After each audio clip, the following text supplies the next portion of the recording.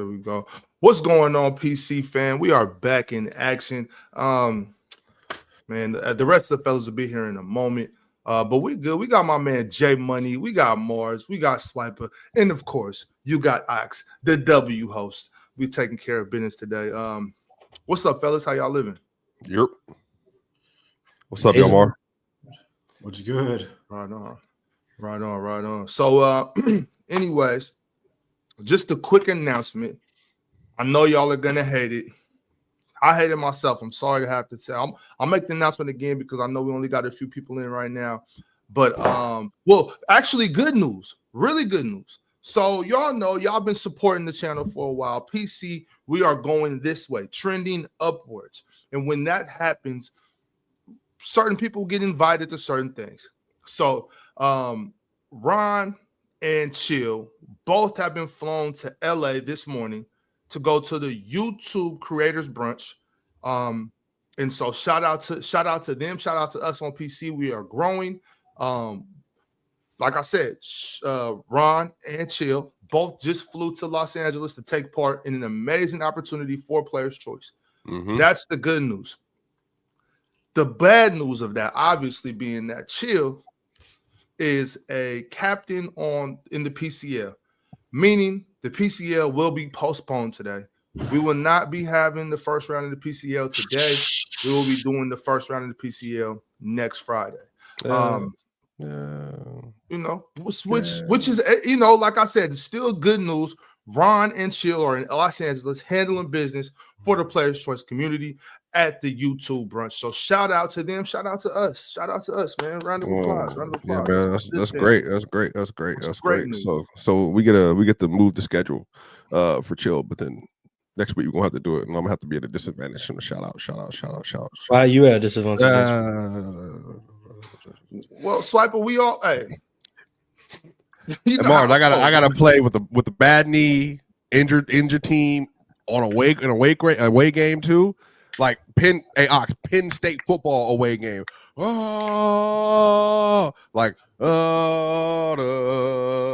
talking about Mo Bamba 113,000. Well, gracious. Well, Swipe. I mean, it's. How would you rather have it? Would you rather play away, or would you rather not Ron and Chill represent us at the YouTube? Well, no, I'm feeling that. I'd suggested offline that Mars also made a point too.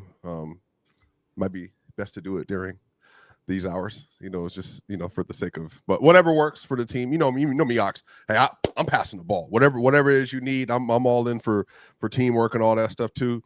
But you're saying do the PCL during the panel. I think I did suggest this to our brother. So this is I'm open. That maybe because we have events plural that are going on in the evenings plural. Mm-hmm. It might be a little easier to do. Like, hey, Mars, let's do a hour and a half. Media days next week, so we can talk about all the media day stuff, and then on Friday, 12:30 to 1, we can do the 30-minute slots, and then we can keep them moving. But I understand why we're not two. Maybe we just want to set up the branding and everything to be specifically, just for PCL and all that stuff. So I understand whatever makes it work for the team. Whatever makes it work.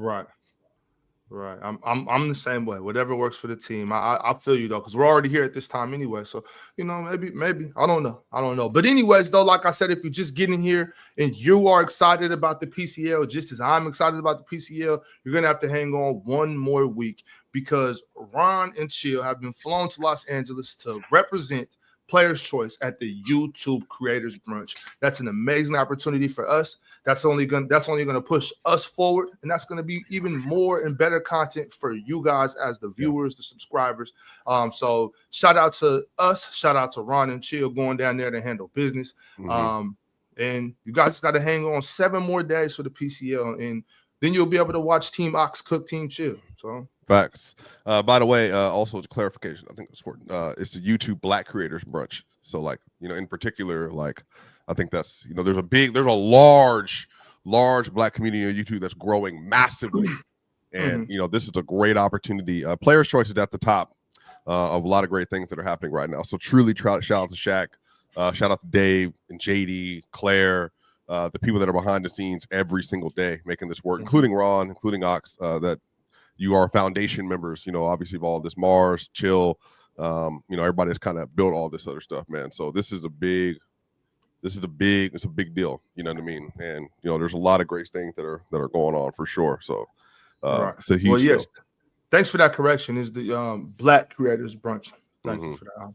Yeah. I definitely don't want to. That's a large event, by the way. That's been going on for a really long time. It's a huge event that YouTube has actively tried to build and promote and all that stuff too. And it's a very different type of event, obviously, because just what's kind of going on behind it. So shout out, man. That's a big deal.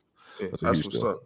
That's what's up. Yeah. My man J Money, how you living today, fam? It's been a good day. Just chilling around, waiting for PC to come on. Right on. Right. What time is it where you are? It's 5 p.m. over here. Cool. Well, let's get into some hoop talk, y'all. First and foremost, JJ Redick is officially the permanent voice of the Lakers. That's the title. I guess he's been extended with the Los Angeles Lakers. How we feel about that, fellas? Was that a good move by the Lakers? Have you guys been impressed with JJ Redick as a head coach so far? Can you maybe clarify a little bit when you say the permanent voice? What that means? I believe he's been signed an extension, a contract extension with the Lakers. Yeah. So he'll be the full-time head coach for the foreseeable future.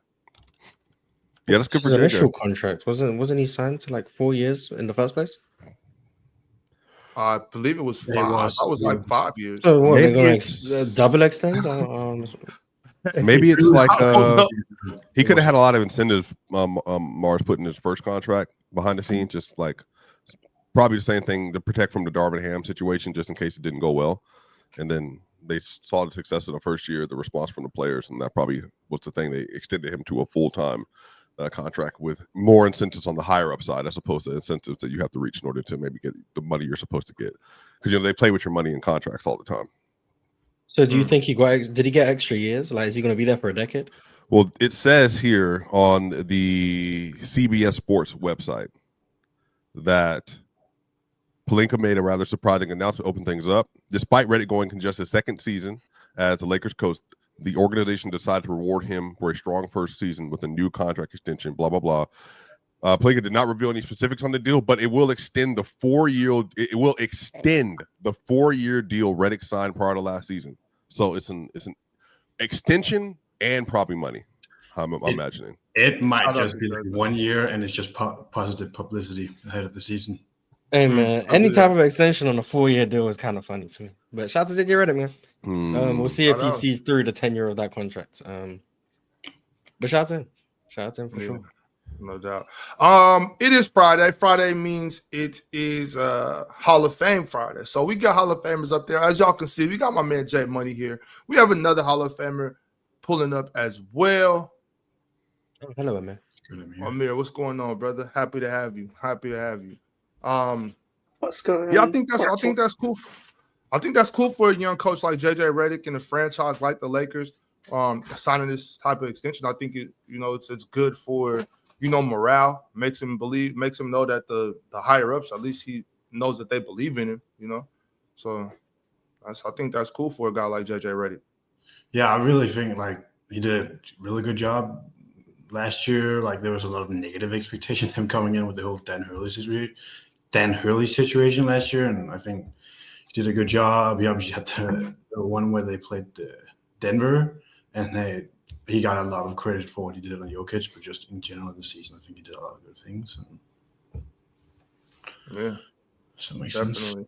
sense. Speaking of the Lakers, though, as we talked about, I believe we talked about it yesterday. I know we talked about it on Chill with Chill. The Utah Jazz have said that they were not going to extend an extension to Walker Kessler. Now after that, the rumors start going. Well, who's going to get Walker? Who's going to trade for Walker? Obviously, the Lakers come up, and Danny Ainge apparently said if they want Walker Kessler, they're going to have to give up Austin Reeves and 2 first-round picks. Mm-hmm. That is now. Chill assured me. Yeah. That's those. Like I said, these are rumors. Right. Chill assured me yesterday that Danny Ainge would not be looking to fleece the Lakers. Now, if this is what you have to get Walker Kessler, I disagree. I think this is a fleece. What do you? Weird things. Walker Kessler is the better player of him and Austin Reeves. You think so? No, I'm saying, does anyone here think that? No, I don't. Honestly, I don't. Exactly. It's not like I just feel like the picks maybe should be going the other way. But I guess Austin is also about to be up on a contract. I don't think they can extend him on what he's making. Yeah, it's tough. I think the Lakers will never What's tough trade. about this? Swiper, they want Austin Reeves and 2 first-round picks. I'm saying, but Walker we know Kessler- how he works, bro. Like he's not trying to help the Lakers. He's going to do anything by any means necessary to not have to trade with the Lakers. And if you want this player and you're asking for him, then I'm gonna drive up the price so like ridiculously that you're not gonna want to do the deal anymore. So I think a lot of this is because you know how it is, Ox. People get petty at this level. I don't, he just doesn't want to deal with them. He doesn't want to deal with ownership with the Lakers. And so I think for him, he's driving up the price just because he can. I think Kessler's a really good player. And I will say, Ox, it's really hard to find centers that are like that in the league now, like young, super versatile, super good defenders, they have upside offensively. He's honestly like one of the better rim protectors in the sport. And especially like you can play man with him, drop, ice, you can just do standard zone with him if you need to. He's a really good player. So I understand why people would scoff at that, but I mean, I'm just not surprised that Danny Ainge is just saying, you're not getting a real deal with him. But he's also been like this in his deals too. Remember, he waited to the last minute to get rid of Jordan Clarkson. Right. Like he just takes forever he believes in his players. He believes in his process. He believes in his draft picks, and he's always going to be on the stingier side when it comes to assets that he's developed and players that he won. Yeah, so he said, shout out to my dog Byron. Didn't he do the D'Lo and Vando deal? Yeah, the Vando deal. Now, remember the Vando deal, Byron, they got 2 second-round picks for Jared Vanderbilt. And based what I was hearing around the league at the time, which remember when that deal went down, I thought that was crazy that you got him for 2 seconds. But apparently around the league, nobody valued Vando. Like nobody was even willing to pay him to do that. And so then eventually Vando gets traded there and all that stuff. So I don't know, man. Like Ainge also just values his young players. So I think a lot of this is just like if you're going to get them, then you're going to pay a lot of money for them. Right. Just want to make the announcement again. I know we're early in the show. Looks like we just got another 200 more people show up. So I just want y'all to know if you were waiting for the PCL Season 3 King of the Court style to drop tonight, you will have to wait one more week. Bron and Chill have flown to Los Angeles to represent Players' Choice at the YouTube Black Creators Brunch. So that's a good thing, y'all. Good thing. We're moving up as a platform, doing big things. And so when you move up, you got to do things. Sorry, but it's good news, not bad news. Y'all hang on 7 more days, and the PCL will get started. Mars, if the Lakers don't get Walker Kessler, who should? The Utah Jazz. No. Okay. All right. He should stay where he is. Yeah, he should stay where he is. I don't think the Jazz should trade him. Right. I don't think the Jazz are going to trade him, but if he has to go somewhere, I think Phoenix makes sense. I think Indiana makes sense. I think Atlanta makes sense.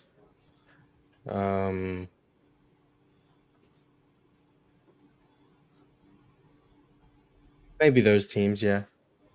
Yeah, I'll say those teams for now. Yeah, those would be the teams I would say. I forgot the teams I just said, but those would be the ones I just said. Right, Phoenix, Indiana. Indiana. Yeah, okay. And I like that. And Atlanta. Yeah. I think that would really help Atlanta. Does this? I mean, with them not extending Walker Kessler, does this mean that they really, really believe in Filipowski? That's what you wanted to mean, right? I don't want it to mean anything. I'm just curious if that means that Filipowski is really that guy. Mars, you know what? You know what, guys? I need to change the subject. I'm sorry. I got it. Mars, I got to ask you a question, brother. I got to ask you a question. God. Okay, go ahead. I messaged you. No, I didn't message you. I tagged you in something on Twitter, and I asked you. When you did your top 10 list this summer, great segments, great show, great idea. We all loved it. Indeed. Who else besides me had James Worthy in their top 10? Oh yeah, I just responded to that tweet, but obviously you're up here doing your job. Meanwhile, I'm on Twitter replying to you, so obviously there's different levels of priorities. A few people actually did have him. He came 12th overall, so I guess you probably think that's a bit harsh. But a few people had him. John D had him on his list. He had him at 9th. Chill had him at 10th. Real Talk had him at 9th. Ron had him in 7th. ZZ had him in 8th. KB had him in 9th. Penn had him in 9th. Swiper had him in 10th. And then obviously you had him in 10th. So a few people had him. So of the 20 people, I think 8 people. We're all aware that James Worthy was that dude, right? Absolutely. This isn't some new discovery. Right? Real Talk's aware just so we can hate on Magic, but the rest of us right, are we don't have to use James Worthy as like some type of tool to dismantle Magic Johnson's legacy. I don't. Oh, I agree. Real Talk. I don't understand why, like, my honest, objective analysis of a game is somehow viewed as like some propaganda. It's the way you frame stuff, brother. But it's the fact that he didn't show up till almost halftime. No, because okay, look, actually, that's what it is. Let me tell you, Alex. Oh, is this from Throwback Thursday yesterday? Yes. What game did you guys? I chose the best game that we've seen on all Throwback Thursdays. I chose Yes, I did. I chose the 1984 Finals, Game 4. It was a heck of a game. Went to overtime. I chose the best game that's been picked so far. I knew that, you know, the Celtics win in overtime, and I know Magic throws a terrible turnover, which actually I believe is James Worthy's fault. Like, why are you supposed to? You're supposed to spin baseline. I agree with you. But either way, I think that was a good game for Magic. Kareem, James Worthy. I think Robert Parrish played good. I think Bird played good. Good game for Magic. Okay. But real talk, that was a great game. I just want to say very quickly though, just because I say James Worthy played better in the particular game. No. You're insinuating that I'm saying Magic. No, brother. I'm saying that James Worthy played better. No, brother. I love you. I don't understand. I love you. You said the way again, Mars. Unless tell me if I'm tripping. Just watch yet another Magic game. Yet another game. James Worthy was better than him and Kareem. To be honest, you don't feel like the framing of that indicates. If you just would have said, "Wow, Game 4, 1984, James Worthy, spectacular." That would have been it. Like, I think the conversation would have been done. But because we know your previous history in the last 4 months with Magic. It's another Magic game. This movement regardless to get him removed from the top 10. Previous history. Real talk, are you really going to act like you don't see how someone can see that as propaganda? I mean, I can see where somebody's misguided. That's really not my problem, though, to be honest with you. It's not my problem. Oh, man. Real talk, you are a voice out here. People listen to you. And when you say things like that, you're giving people ammo to really act like Magic Johnson was not a good basketball player. And we watched the game. This is actually what happened. Okay, because I'm gonna talk about your nasty friend again. I'm chilling at the crib, right? I got something else going on, whatever. I'm watching a little show on Tubi. You know what I'm saying? Tubi. I'm relaxing. Tubi. I had a hard day at school earlier. Had 3 tests. I was stressed out. What are you studying? Great on them, by the way. Radiation therapy. But so I get home, right? Oh yeah. Ron hits me talking about, "Hey man." This is already during the game, Ox. Hey man, they're watching them 84 Laker game. So if you want to get some shit off, you can go ahead and so okay. That's when I pop up. See, you were really thinking I was there the whole time. I wasn't. Ron hit me, was like, "Hey, they watching an 84 Magic game. You should pull up." So I pulled up. Magic was playing, he was cool. You know what I'm saying? Like, when he's in transition, a beast, a monster, no questions asked. But I'm sorry, every half-court possession, I saw him do an entry pass and cut through the lane. Okay, that's it. So let me take away from that. So real talk, really quick, brother, real quick. I just want to be clear that I told Ron to invite you to the playback hours before it started. Okay. Hours before it started, right? So Ron doing that is just Ron, Ron's an instigator, just nasty Ron, But the thing about it, real talk, is I expressed this yesterday on Playback. When you got Kareem Abdul-Jabbar and James Worthy, the offensive set is the half court creator. I agree. Magic Johnson don't need to be running through here. No. Set that cross screen. Because in a lot of people, he posts up at half court. That's not posting up. That's a crab dribble. When you're 6'9", you have to put your hip on the defender. So he's dribbling back, cross that, boom, Kareem. That's created. That's the set. It's Kareem Abdul-Jabbar and James Worthy. Like, what am I supposed to do? I get it, but if I sound like a top 5 player. My opinion, if I come to the correct conclusion, then maybe the guy that can throw entry passes to the other better scorers on this team maybe isn't always playing the best on the team. I don't understand how that's a bad conclusion. I think two clutch free throws, throws the ball out of bounds. Real talk, your agendas have been mostly nasty lately, by the way. Because there's another one we got to get to in a minute. I don't know. Yomar, go ahead. I've been watching a little bit of 80s film lately, and I'm a bit perplexed by Magic because I watched that the 81 finals where he got the fake when he got the fake finals MVP. Game 1, he looked terrible. Then I watched the famous Isaiah Thomas Game 6 in 98 and 88. Isaiah Thomas was not the best point guard in that game.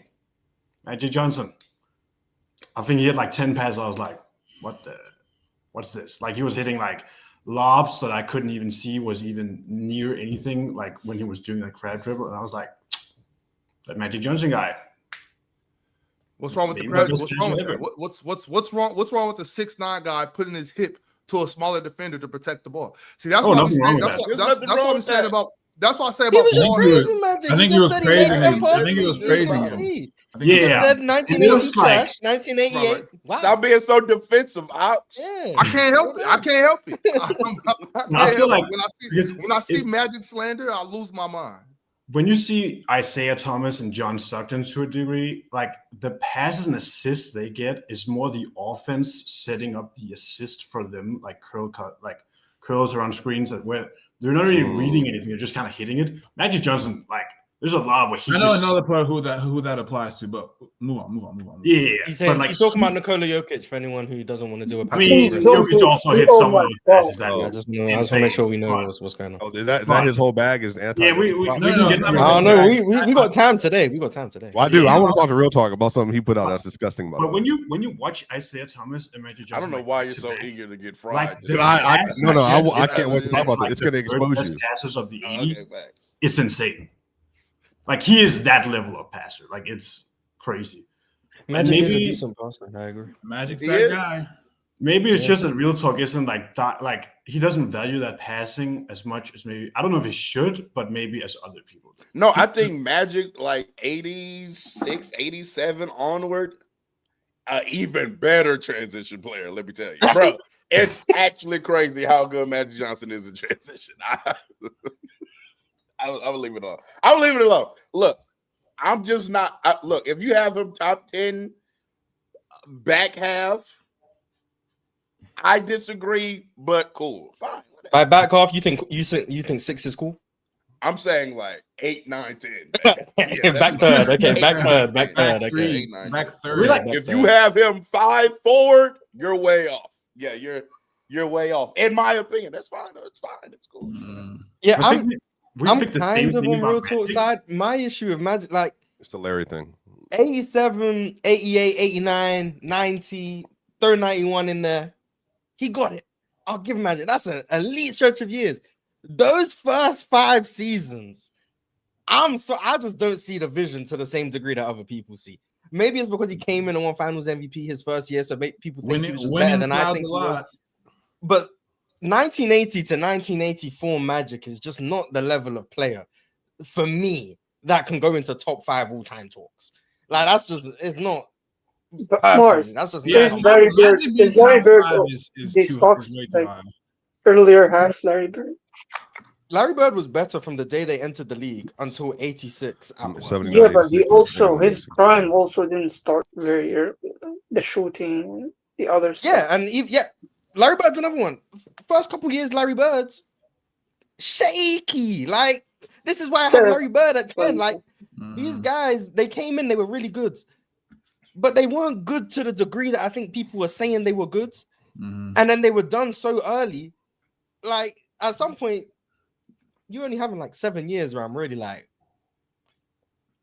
Yeah, the They sample get that- the they sample get that size, the tax, sample size though, isn't 'cause, great. you know, yeah, Larry. but comes Magic was in- amazing. Second best point guard ever, man. Yeah, Third in real Larry- talks. Yeah. Larry comes in, right? I think they get that winning tax like early. Larry comes in. They were bad the previous year. They win 29 like wins to 60 60. games, you know. Yeah. Magic wins the Finals MVP as a rookie, and it's like, bro, true story. So my dad is the biggest Magic Johnson fan I know, actually, and so You be I having these hit him. discussions I with was him? like, hey. Oh God, okay. The more I watch, Magic overrated, right? And so he picks up the phone and calls me. He only texts back. He calls. Hey, boy, what you talking about? You need to get off that podcast you're doing. I said, look, first off, that ain't the problem. Secondly, I'm watching the games. I don't know what to tell you. You know the first thing he started with? Rookie year. Game 6, played all 5 positions, did whatever it took to. I'm like, okay, see, here we go. It starts there every time. Salute the Magic, though. It's crazy. They don't tell what you else that is the he supposed to game. reference? It's crazy. They don't tell you the I game told him before Kareem was that. the Finals MVP. No, He was that's like, The crazy. game, literally, the game before that, Magic Johnson set the finals record for turnovers in the game, and they Which just is don't what? tell you about that part of the lore, I guess. Wait, but Mars, Even I thought you would respect that because of the type of passes that Magic could try. I remember a Mars that would respect those type of turnovers. No, there are also I'll still stand. I've changed my opinion on that somewhat, but I'll still stand on the opinion that some turnovers are worth the trade-off. I do think some turnovers are. Mars, how many turnovers did he have? 10, I think. Damn. I think it might still be the finals record to this day. I could That's check. a shit I think it ton. still is. That's a lot. That is That's a a lot. lot of. That's a And lot. And then the of- next game, there's nothing you can do to take away from besides the fact that he wasn't guarding the 5. But like his actual performance, there's nothing you could do to take away from what he did in game 6. He was amazing. Everyone should give him the ample credit for what he did in that game. But that finals MVP is one of the biggest travesties in NBA history. Like it's genuinely one of, not just because he didn't deserve it, but because he factually got it because Kareem wasn't in attendance. That's not his Like, it's fault. not- though, it's- Mars. That's not It's Magic. not Magic. that's- I'm not that's saying how it's it not. goes. It's can't not make the Magic club in the Johnson's club, fault. Mars. It's not Magic Johnson's fault. I'm not blaming Magic, You can't- but he factually got it because Kareem wasn't at the game, so they had to Exactly. give Like, the you award to can't- someone. Hey, Like, that's one of the availability biggest is the things best ever. ability. Like, I'm sorry, but you can't boost someone's legacy based on what TV producers chose to do with Like, it. come on, man. Like, that's insane. Come on. You can't make the club in the tub. I've Yeah, never but you're heard that not in my like life you're not just before. boosting. Like then you're just doing it because you want TV producers to have. Y'all do know stuff. y'all was in elementary before, and they was doing them programs, and they was calling motherfuckers for awards, and they wasn't there, so they just gave it to the motherfucker that was looking sad. Y'all done Yeah, got a couple illegitimate awards before. Yeah, but Now, we're I'm not not- boosting I'm the not- I'm guy not with with- legit. I'm I earned not with everything the I got, Jordan. participation. Everything. I'm not with Haven't I'm got not with the any award. participation trophies. All right, I'm not with that. Magic didn't deserve it. He shouldn't have got it. But I'm not gonna put that as the negative on his But I'm record. sorry, that's a I will say participation say to you, real talk, that if you watch the first 18 minutes of that basketball game, you will see who was the clear best player on that team. And Now- what were they doing the first 18 minutes? What the game looked like? It was run. He was getting up there. But what I'm saying is, Magic, I know. But what I'm saying is, that's basketball. If you can't I run, know, you can't I hoop. know, I get it. But anytime I see Magic Johnson have to play big boy basketball in the half court, Why are you calling that It big gets boy different. basketball? Like, why is that big boy basketball? because typically a team is good enough to be like, hey, maybe we should get back in transition. Mhm. Maybe we should have Or been. maybe Magic is so unbalanced good on that the court all the he time. can tilt the floor in his favor. Right. No, That's what he was doing. That's absolutely. what he was doing. And it wasn't getting back on defense. Me and Cheer was talking about that at the break after the first quarter. We specifically were saying, if you don't stop Magic on this side of the half court, not this side, you got to stop him as soon as he Pick gets him the up rebound. early, Because yep. he's grabbing the rebound and he's going. He's in at 6'9", he was super fast. So it's not like you can wait. You have to stop him before he turns around. If you don't have the ability to do that, that doesn't make this any less big boy than any. You know what I'm saying? If anything, that's you need to be a big boy and come stop the ball. You know what I mean? So I feel like saying that he's a transition merchant is I think that's just that's nasty. That's just disgusting because that's basketball. He's playing great basketball, and he has the ability in half court to dump it down to James. I prefer transition specialist. How about that? Instead of calling him a merchant, call him a specialist. He's the best. I really don't want to get me personally. There's two players I am going to try to like refrain from speaking on too much more. Jokic and Magic. I kind of like. I am where I am. If you continue to ask me about them, though, or try to talk to me about them, it's only going to get worse. Because the more I watch Magic Johnson, I'm not going to lie. There's a point guard out in Phoenix that I might be considering. But see, I don't want to go there. See, then I'm nasty. Hey, you go over there. I'm going to leave it alone. You go over there. You have a friend. What are you saying? Oh, Nash. Nash. He about to be cooking. That's what he about to be. Over Magic. He's all time now. Oh God. You go okay. There. All right, so I'm sorry. I'm sorry for bringing up Magic Johnson, y'all. I didn't. I'm so Mexican guys. I'll talk about Jokic for you. I'll talk about Jokic for you. Real talk. I don't see why that's crazy. If I'm being before you don't see why what's crazy, Mark. I don't see why that's crazy. This is nasty. Let's get away from this nastiness. Let's get away from this. Yeah, let's pivot. I'm with you. I don't think. Yeah, we don't have to. My opinion is my opinion. Mars, so apparently, the Hornets just won't respond. Okay. The Hornets are open to moving LaMelo Ball. They will not hesitate to move LaMelo Ball if he continues to sour, is the term that was used. Thought he was the franchise player over there. What's happening in Charlotte? I mean, he is the franchise player. What was the news? Apparently, I guess they got some, new people over there in Charlotte, in the front office and whatnot, ownership and all that management, whatnot. They're saying that if LaMelo Ball continues to sour, is the word they used, that they will not hesitate to move off of him. So does that mean physically or? I think it's the way he fucking played. I think he plays like a globetrotter, and I hate it. The language that was used in the NBA athletic Pistol Pete gets love for the same thing. That there's a part of me that wonders if he's not really a Jeff Peterson, Charles Lee type of player. Randall said, "This is from Richie Randall.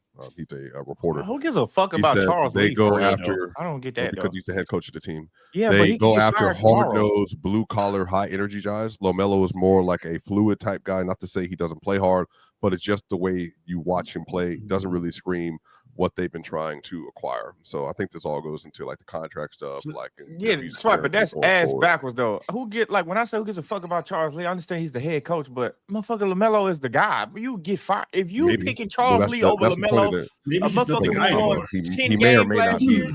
He may or may not. LaMelo was on the team that won 10 games. I know, but I don't give a shit. Whichever one you pick, neither one of them is winning anything. But I'm letting at least one of them sell tickets. Motherfuckers ain't coming to see Charles Lee. How many? He tied the owner and Charles Lee together, both of them. He doesn't see the owner or Charles Lee.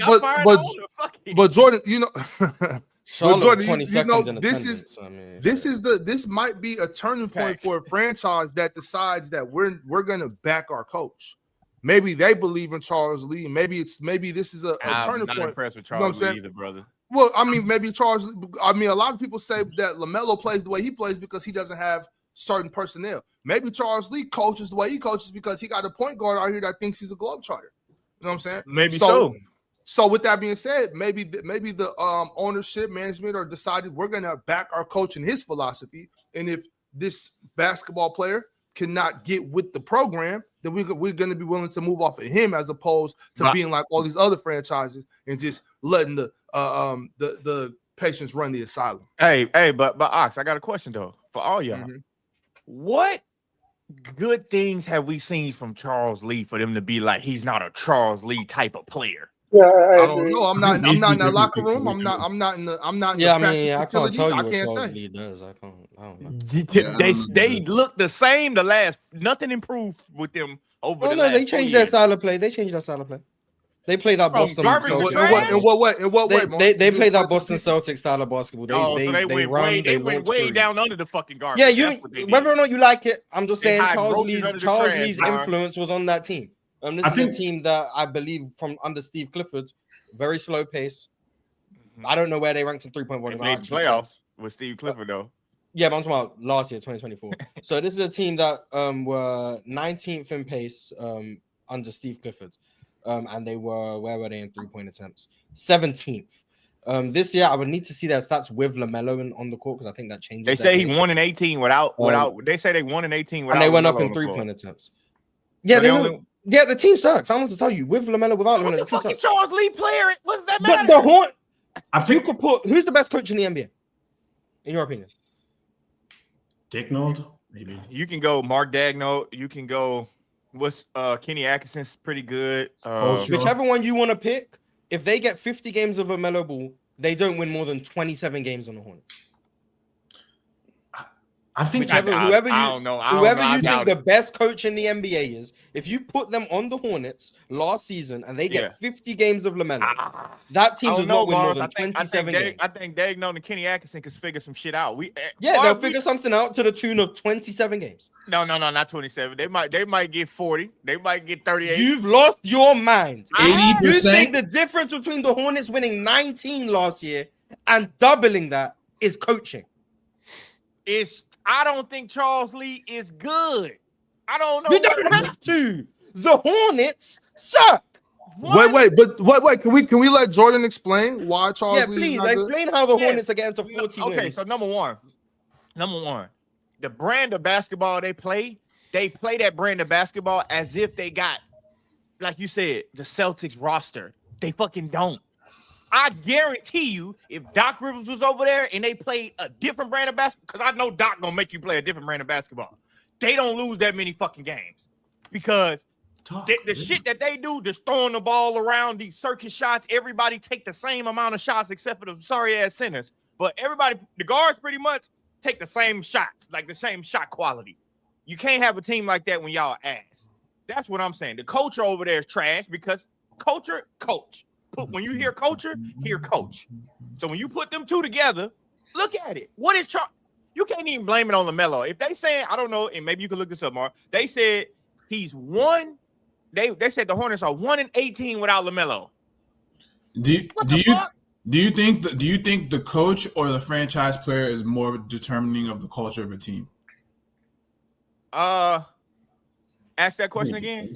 Do you think the coach, especially a new coach, or the franchise player that you expect them to take you to new heights, is a bigger determinant of the culture of the team? I genuinely think, if I answer this question, I'm gonna answer this question on my opinion. Huh? They went 3-32 without LaMelo this year. MVP. Charles Lee player. But anyway, in my opinion, I think it's a collection of both, to be honest with you, because I think that a coach can turn a player's like game up, and we've seen that in the past where they get with a coach and they just look at the game differently. So I think you definitely need a coach to change that franchise. Like, for example, the Rockets had Steven Silas, and then they switched to Ime Udoka, and the culture just completely changed. And even the players were saying that. And even the players were saying that, like, everything around the environment just shifted. So I feel like that's what I'm saying when I say when you hear culture, think of coach. I think coach is the strong person, because Ime Udoka comes up with someone with a strong, like, no BS personality, right? And Daigneault, like, I'm sure he instilled some culture in the Thunder, but like you don't see his personality as much. I don't know. Maybe that's just me, and I feel like Shea sets the tone more on that team. I think you do need both. But LaMelo, I think you might be underestimating Daigneault. Yeah, I'm not understanding. What I'm saying is, like, style to him. I guess what I'm saying is LaMelo. He's just a globetrotter, man. Like, he's not the guy. And Wilt was a globetrotter as part of his case for being top 10. I mean, Charlotte it's an unserious team right now, and it's a poverty franchise player. Like, it's just. But how you gonna blame it all on LaMelo if they 3-32 without him? No, it's a poverty franchise. I think both things can be true. He can be right now being an unserious player, and the franchise. I think they need to like tear this down, and maybe Charles Lee is the guy to bring serious. Maybe it's a different coach. I don't know. It could be a different coach, and then they send LaMelo away. Let's focus on our culture. Bring us in, like, get good habits, and not just be like whatever we are right now. Like, you're just unserious. Like when you did the LaMelo, where is he top offensive players? Like I could see him being 10th or being 50th because I don't know what he is on a good team. Like, but I also think so. So are y'all under the impression that if they move LaMelo Ball from the Hornets to the Bulls, do the Bulls just stink? The Bulls are going to stink regardless. The Bulls are going to stink regardless, with or without LaMelo. Right? Who are they getting back? Josh Giddey? I'm not going to blame LaMelo for the Bulls stinking. So do you think the Bulls get better with LaMelo Ball? Who are they trading? Who are they trading? If they get off Josh Giddey for LaMelo, they're a better team. Yeah, for sure. I disagree with that. I disagree too. Yeah, you disagree that the Bulls are better with LaMelo? Yeah. If you guys think the Bulls are better with Josh Giddey than LaMelo, yeah, I think they would be. Well, you think they would be because Moss said the same thing. No, I'm saying I think the Bulls would be better with LaMelo than Josh Giddey. Yeah, that's what I think they'd be better with Giddey personally because I just don't. Can we just agree that the Charlotte Hornets suck? Yes. Oh, yeah, we also. Let me explain what I mean. So they're so bad, and they've been so bad since the expansion that I think having a guy that puts asses on seats basically is more important than trying to win a championship. I don't think they'll ever win a championship. Yeah. I think their best bet is to not lose the franchise again, like they did in the 90s. So I feel like LaMelo is at least bringing in tickets. He's selling tickets.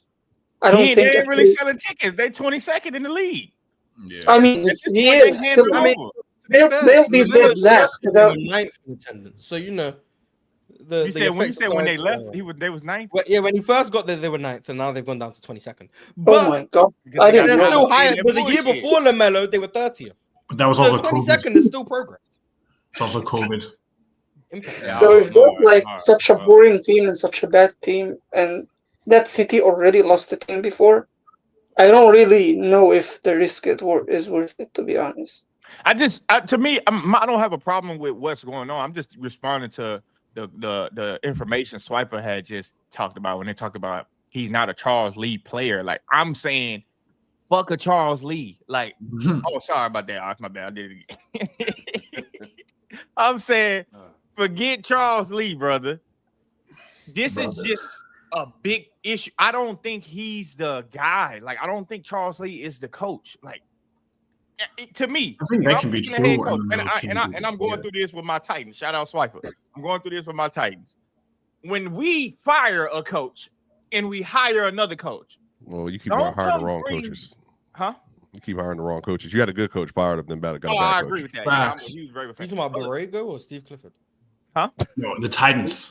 Tennessee Titans. Oh, I was like, American football coach. Oh. No, the Titans. But I'm saying when you fire a coach, let's say you fired a coach because y'all team was trash, and then you hire another coach, and then the next year y'all still garbage. Mm-hmm. Oh, I gotta fire you again. Like I'm not gonna give you. Well, to be fair, the Giants did that. Have you ever thought that maybe the team just sucks? Oh yeah, absolutely. But at the same time, I might as well fire you again. You trash too. Well, Jordan, wouldn't you mostly argue though that if you don't have a top end player, you typically have more of a coaching carousel than teams that have a top end player? Because that typically winning would like exacerbate some of the issues that you would have on your roster, and then thus you make more. Absolutely. Swiper, what you're asking, I think teams that end up in a situation like that, I think they just have to pay more for good coaches. And the Hornets are number one; they're not willing to do that. So I guess that's a franchise problem. You're just gonna have to pay more for a coach to come in and change your program around. If you just keep hiring coaches and y'all just keep being garbage, I mean. You need to pay, and I saw this like 2 years ago. The Hornets pay the least amount of money for their staffs, like the least amount of money in the league, and they have been doing it. I think since they got a new owner though. They still pay the least amount of money for their staff.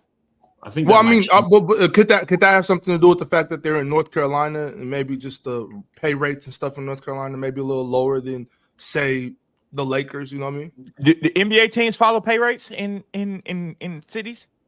I'm sure they do for their staff and like you know. Oh, when I'm saying staff, I'm saying coaching staff. Coaches, I don't know. I'm just asking. I'm just assuming. Okay. They pay. I don't know. They don't pay their assistants nothing. They don't pay their assistant coaches like they like they're not. paid. Colleges, all of their money is on the books, but when you work for a private business, quote unquote, like an NBA team, they don't have to actually say how much they're paying you. So we don't know exactly how much they're paying, but relative to the league, it's probably about average. Real quick though, fellas. My bad, J Money. This show is brought to you guys by Splashsports. Before we get into that, though, I just want to remind or just make an announcement for anybody that wasn't here early. I want you to know that if you've been waiting for the PCL Season 3 to kick off tonight, you're going to have to hang on for 7 more days. Next Friday, we will be kicking off the King of the Court version of the PCL. This is Season 3, the best debate show in the world. Fortunately, for us as a platform, Ron and Chill have been flown to Los Angeles to participate in the Black Creators Brunch hosted by none other than YouTube. So that's a great thing. A wonderful thing for us as a platform. We're growing, getting invited to big events such as this. So we will gladly be hanging on till Friday to do the PCL. So y'all just stick with us, keep supporting. In the meantime, I want y'all to hold on one second, Swiper. Give me 1 second. I want y'all to make sure that my bad, Mars. Hate to let you down like that. I want y'all to make sure that you are participating in Splash Sports. Yeah, y'all. So this segment is a paid partnership with Splashsports. We're putting our money where our mouth is. Now, you're tired of hearing about who knows ball. Jordan's a Titan fan. He doesn't know anything. Real talk. A Houston, Texas fan maybe doesn't know anything. Swiper, you Broncos fan, you don't know nothing. Well, come and prove it. We've teamed up with Splashsports to drop 2 games to skill for the PC community. We got a $50,000 survivor, 1 pick a week, survive in advance. You miss once and you're out. We got a $15,000 weekly pick 'em. You make your picks on every game, compete against other fans, not the house, and climb the leaderboard. Now, do you want in? The link is in the description and pinned to the top of the chat, or scan the code on the screen. Reminder, you got to be 18 older to play, 21 older to play, Massachusetts, Iowa, Arizona, Louisiana, 19 older to play in Alabama, Virginia. Terms apply. Paid partnership. Come run it with Player's Choice on Splashsports and turn those picks into real cash prizes. Do you practice this in front of the mirror before you do it? No, you really can do that just off the dome like turn that? into Buster Rhymes. That's what I'm saying. What you know about Buster Rhymes, Mark? Hey, Swiper. Yes, sir. I'm trying to get as fluent with you. I'm trying to get as fluent as possible with my speech like yours. Yeah, man. I be rehearsing my TikTok videos like 50 times before I publish it. That's the part y'all don't see. Mm-hmm. I can respect never, the hard work do for your that. takes, Jordan. You're gonna accept this first take, and whatever comes out, comes out. What'd you say, football? What'd you say? No, we respect the hard work you put in your TikTok. Yeah. I be thinking when I start, I'll be like, how would Swiper do it? How would Swiper do it? That is not how you should. But and then I just start talking, and then I realize I ain't gonna never be like Swiper. It is what it is. 1 second, Jordan. 1 second, Jordan. Football. Mm-hmm. Do I sense a little ruckus brewing? Ruckus brewing? There's no ruckus. Swiper's just mad because the Rockies are generationally bad. So I mean, damn. I'm not upset about that. I agree. It's been a Swiper. I wanted them to trade their ownership. That ownership group needs to be removed. I wish that the president himself would come down. Since he want to take people off TV, come take the Rockies away from that ownership. 43 wins, bro. Their run differential is negative 412. That's the 43. That's the worst. That just to put in perspective, that's the worst run differential in 140 years. 43. 140 years. Negative 412. And then everybody says that, oh well, you just got to give them time. Do you realize that they've been to the World Series in 2007? They have been trash, garbage, doorstep level bad. So y'all like the Hornets of baseball, pretty much? No, they're worse. They're worse. Okay, so what is the problem with the Rockies? I can tell you all day, every day. One of the reasons is because the ownership makes mad bread in Colorado. Jordan, when you come to Denver, we'll go to Denver together. All right, we will go to Denver together. I will take you to a Rockies game. I want you to experience for yourself. Do they sell tickets for like $2 in a banana or something? They're cheap, but it's where it is. Jordan, when the game gets to be like 7:30, 8 o'clock, you see the sun set on the other side of the mountains. It's a crazy view. The food is cheap, and it's right downtown. And then guess what, Jordan? As soon as you get done, real talk, you know where we're going? You can walk to the bar district. Yeah, and you can be out till 2 a.m. eating, drinking, bro. They built a literal like perfect paradise downtown. So they're just like, well, why do I have to make the team better? You're gonna go anyway. Right. We're making money. We're making. I money, mean, if the team was better, you would see more people in that area. But we still going though. You know what I mean? Yeah. It's the Astros. It's the pregame. It's just a pregame. I remember when the Astros. I remember when the $10 Astros ticket. was trash. Like the Astros was selling tickets for like $10, bro. Before we won our first, the first World Series, it's like $10. Then they just changed the culture. They start getting guys like Tuve. They start getting Bregman. They start just getting a whole bunch of guys. Man, after the Astros play, downtown is lit. It's like lit. But when they trash, it's a normal weekend or it's a normal day. But during the day, if the Astros play at 1 o'clock, lit. Bars lit. So I just think winning change all that, boy. I'm talking about winning is you gotta take out work to go watch the cheating. But yeah, you can say whatever you want, but we won. And you got, you know, it's always funny when I hear about that cheating stuff. It was a team in New England. We won on the road. How we cheat on the road? 15 years, didn't nobody say nothing. Nah, it wasn't the same thing. No, real talk, respectfully. How was that not the same thing? Larry got caught, but it's okay. Bill and them was cheating the whole time. No, but it wasn't the same. The Spygate was a big deal. What about Spygate was a big deal. Odds. What about the play ball? I don't have the much. That didn't actually change anything. I can't get. I'm not gonna lie to you. What about when we won? Then why was they doing it? No, you did. 1 second, football. I got you. 1 second, football. Every quarterback likes their football balls to feel a different way. So like you have a legal amount you're allowed to do it. Tom just liked it like more like flatter, so he could throw like flatter balls or whatever. The receivers can catch the ball. Yeah, and so that's cheating. Cheating. But cheating is cheating. I know, but I'm saying no, real talk, and I don't care. Like, don't hear me. I'm over it. Like I said, this is what I said at the time. Real talk. Do you realize you had among MLB history the biggest home away differential of home runs and batter EPA than any team ever? Literally, you had signals coming in from the dugout, from the stand on what they were throwing. And I'm saying, game up, nigga. I don't know what to tell you. Catches. That's it. Hey, what about y'all ducking the question? What about they were a good team? No, they were a good team. No, I'm not ducking it. They were an elite team. They could have won without it. Is what I'm saying, though. Yeah, but like we won on the road. We won on the road anyway. But I'm saying, but Drench, it is impossible, literally, to beat a team that knows your pitch count every single count in their building. Like it's damn near impossible, bro. Like I mean, real talk. If we're in basketball, right? Whoever came up with that idea is sick in the head. I don't know if it's the older. It probably came from Little League. I guarantee it came from Little League. They've been doing that. No, I'm saying who came up with the idea for the Astros to do it. That's why I said he's a sick boy. Somebody in the front. You know what though? As far as that goes, Swipe. As far as like the Rockies, if I'm the ownership and I know that I'm gonna have packed houses, people are gonna come watch. We're going to sell a bunch of tickets, and I probably got a little interest in what's going on around my arena too. I'm not spending a bunch of money on talent either. I'm about to get this money.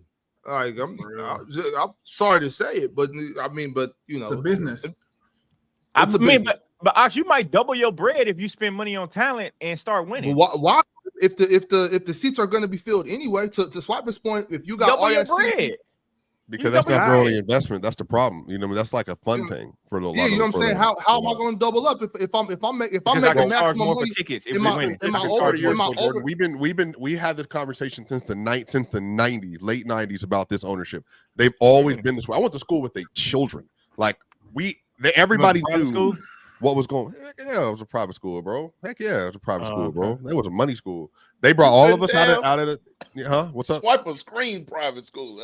No, a private school. But you gotta understand, they brought us out of where we were. It's the same thing if you go to De La Salle. Same thing you go to any Catholic school. They pay for you to come out of the inner city to go play because you're the best athletes in the state. That's just the way it worked. Right. You know what I mean? I was not a stranger to the way the system worked at 14 years old. It's just football. You said you have to go, but you wanted to get some off. I have like 20-25 minutes.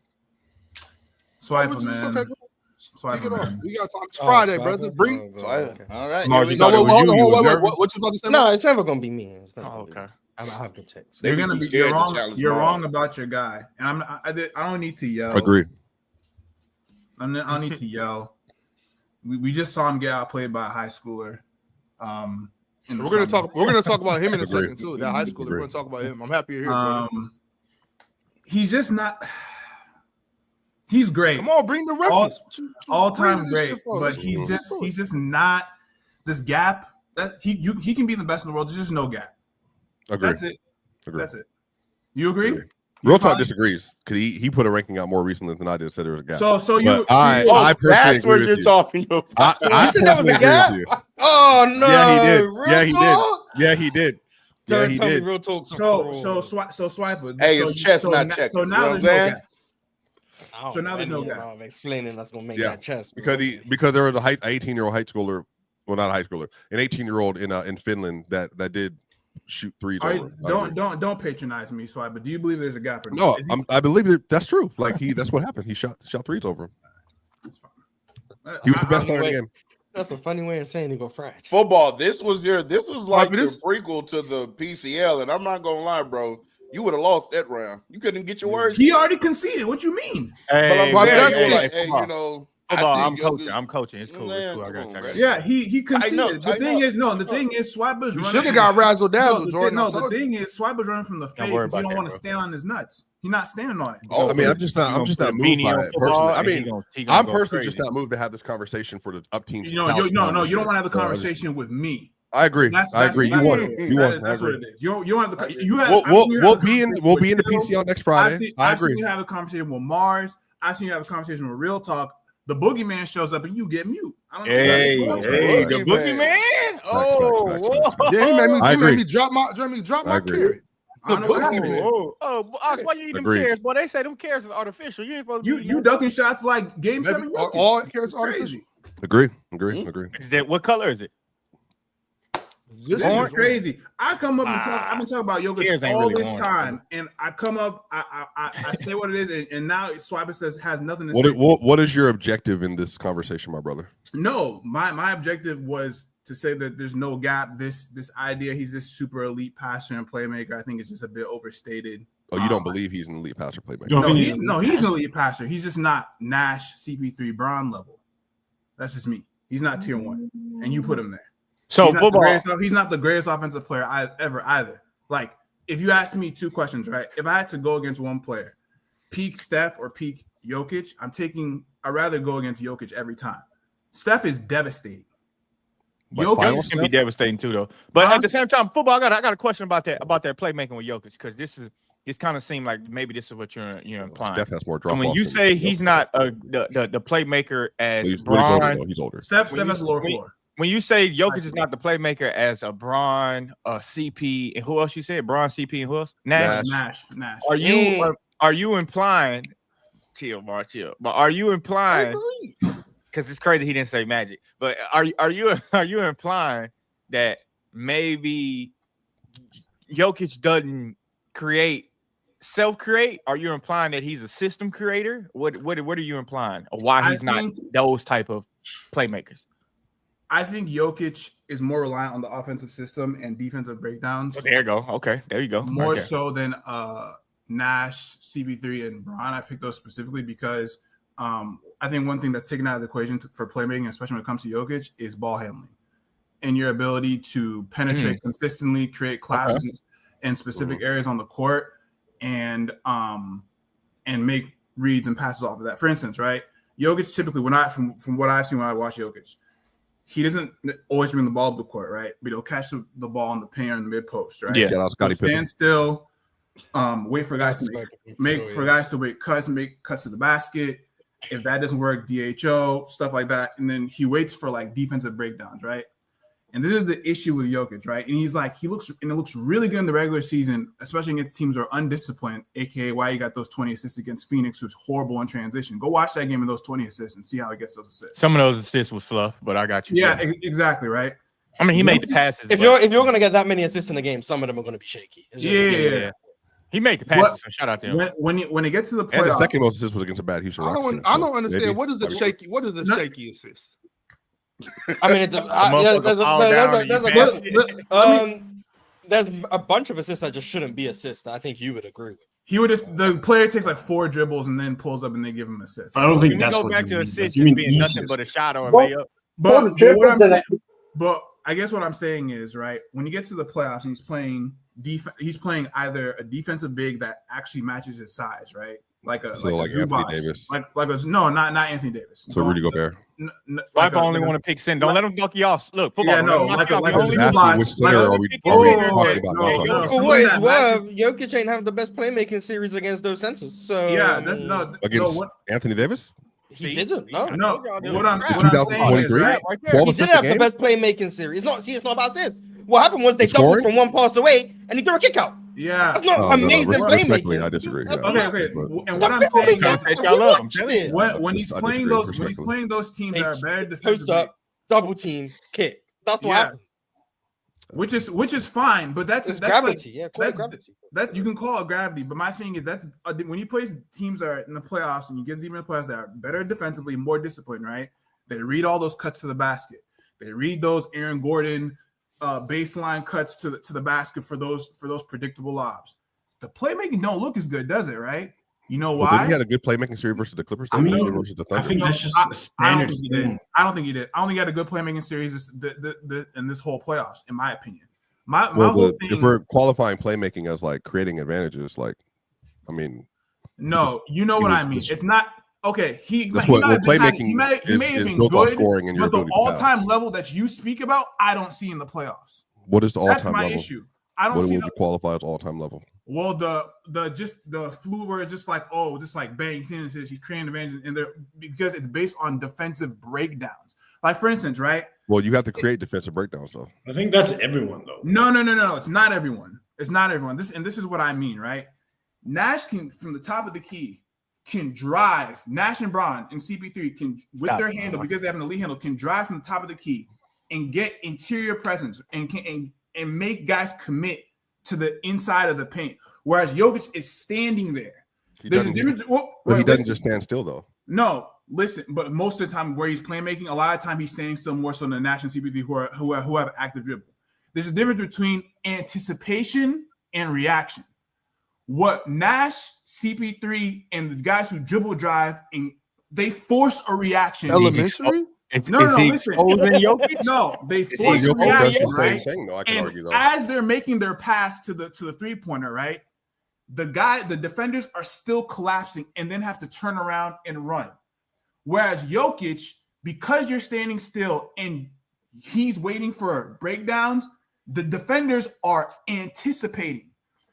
And anyone here who's played sports, especially football, can tell the difference between anticipating a route and reacting to a route. When you're reacting to something, you're slower, and that guy's gonna have more space. When you're when you're anticipating, you can more so predict the guy. So it's just like this. You're like this, waiting for Jokic, then you move, then that swing is more guarded and more contested. You got gassed off of those assists because Michael Porter Jr. is a great contested 3-maker.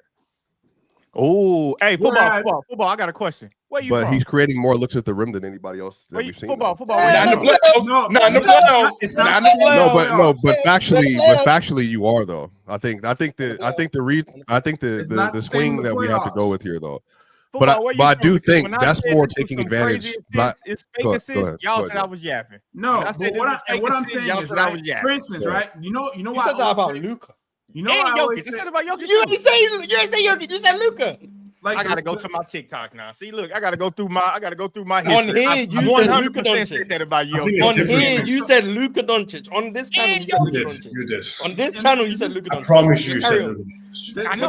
This is the reason why Bron will always be. You didn't say Jokic. You said Bron and Nash, especially Bron, will always be the best playmaker ever, right? Bron can stand at the top of the key. You could have no offensive set, none. If you single cover him at the 3-point line, he's going to drive. He's going to drive and get into the paint. You know what's going to happen? 2 or 3 guys are going to turn the ball over. Are going to collapse. We've seen this before when he doesn't have advantages on his team, though. Bad playmaking series, though. He's actually had bad playmaking series. Or he's going to finish at the rim. What I'm saying is he's going to create an open shot. No, but like he's saying, but like I think the issue is that every playmaker all time has had like negative playmaking series or bad. No, I know, but for Jokic, it's more consistent. Bron, you can't stop him. Here's the thing, right? You're either going to stop Bron from playmaking, or he's going to get 40. LeBron didn't do that when he was at disadvantages, though. Like, we brought up 2015 already. We've already gone through this. 2011, that didn't happen either. What about the? So I know, but I'm saying if we're doing this the same way if we're maintaining consistency, LeBron in fact did not do that.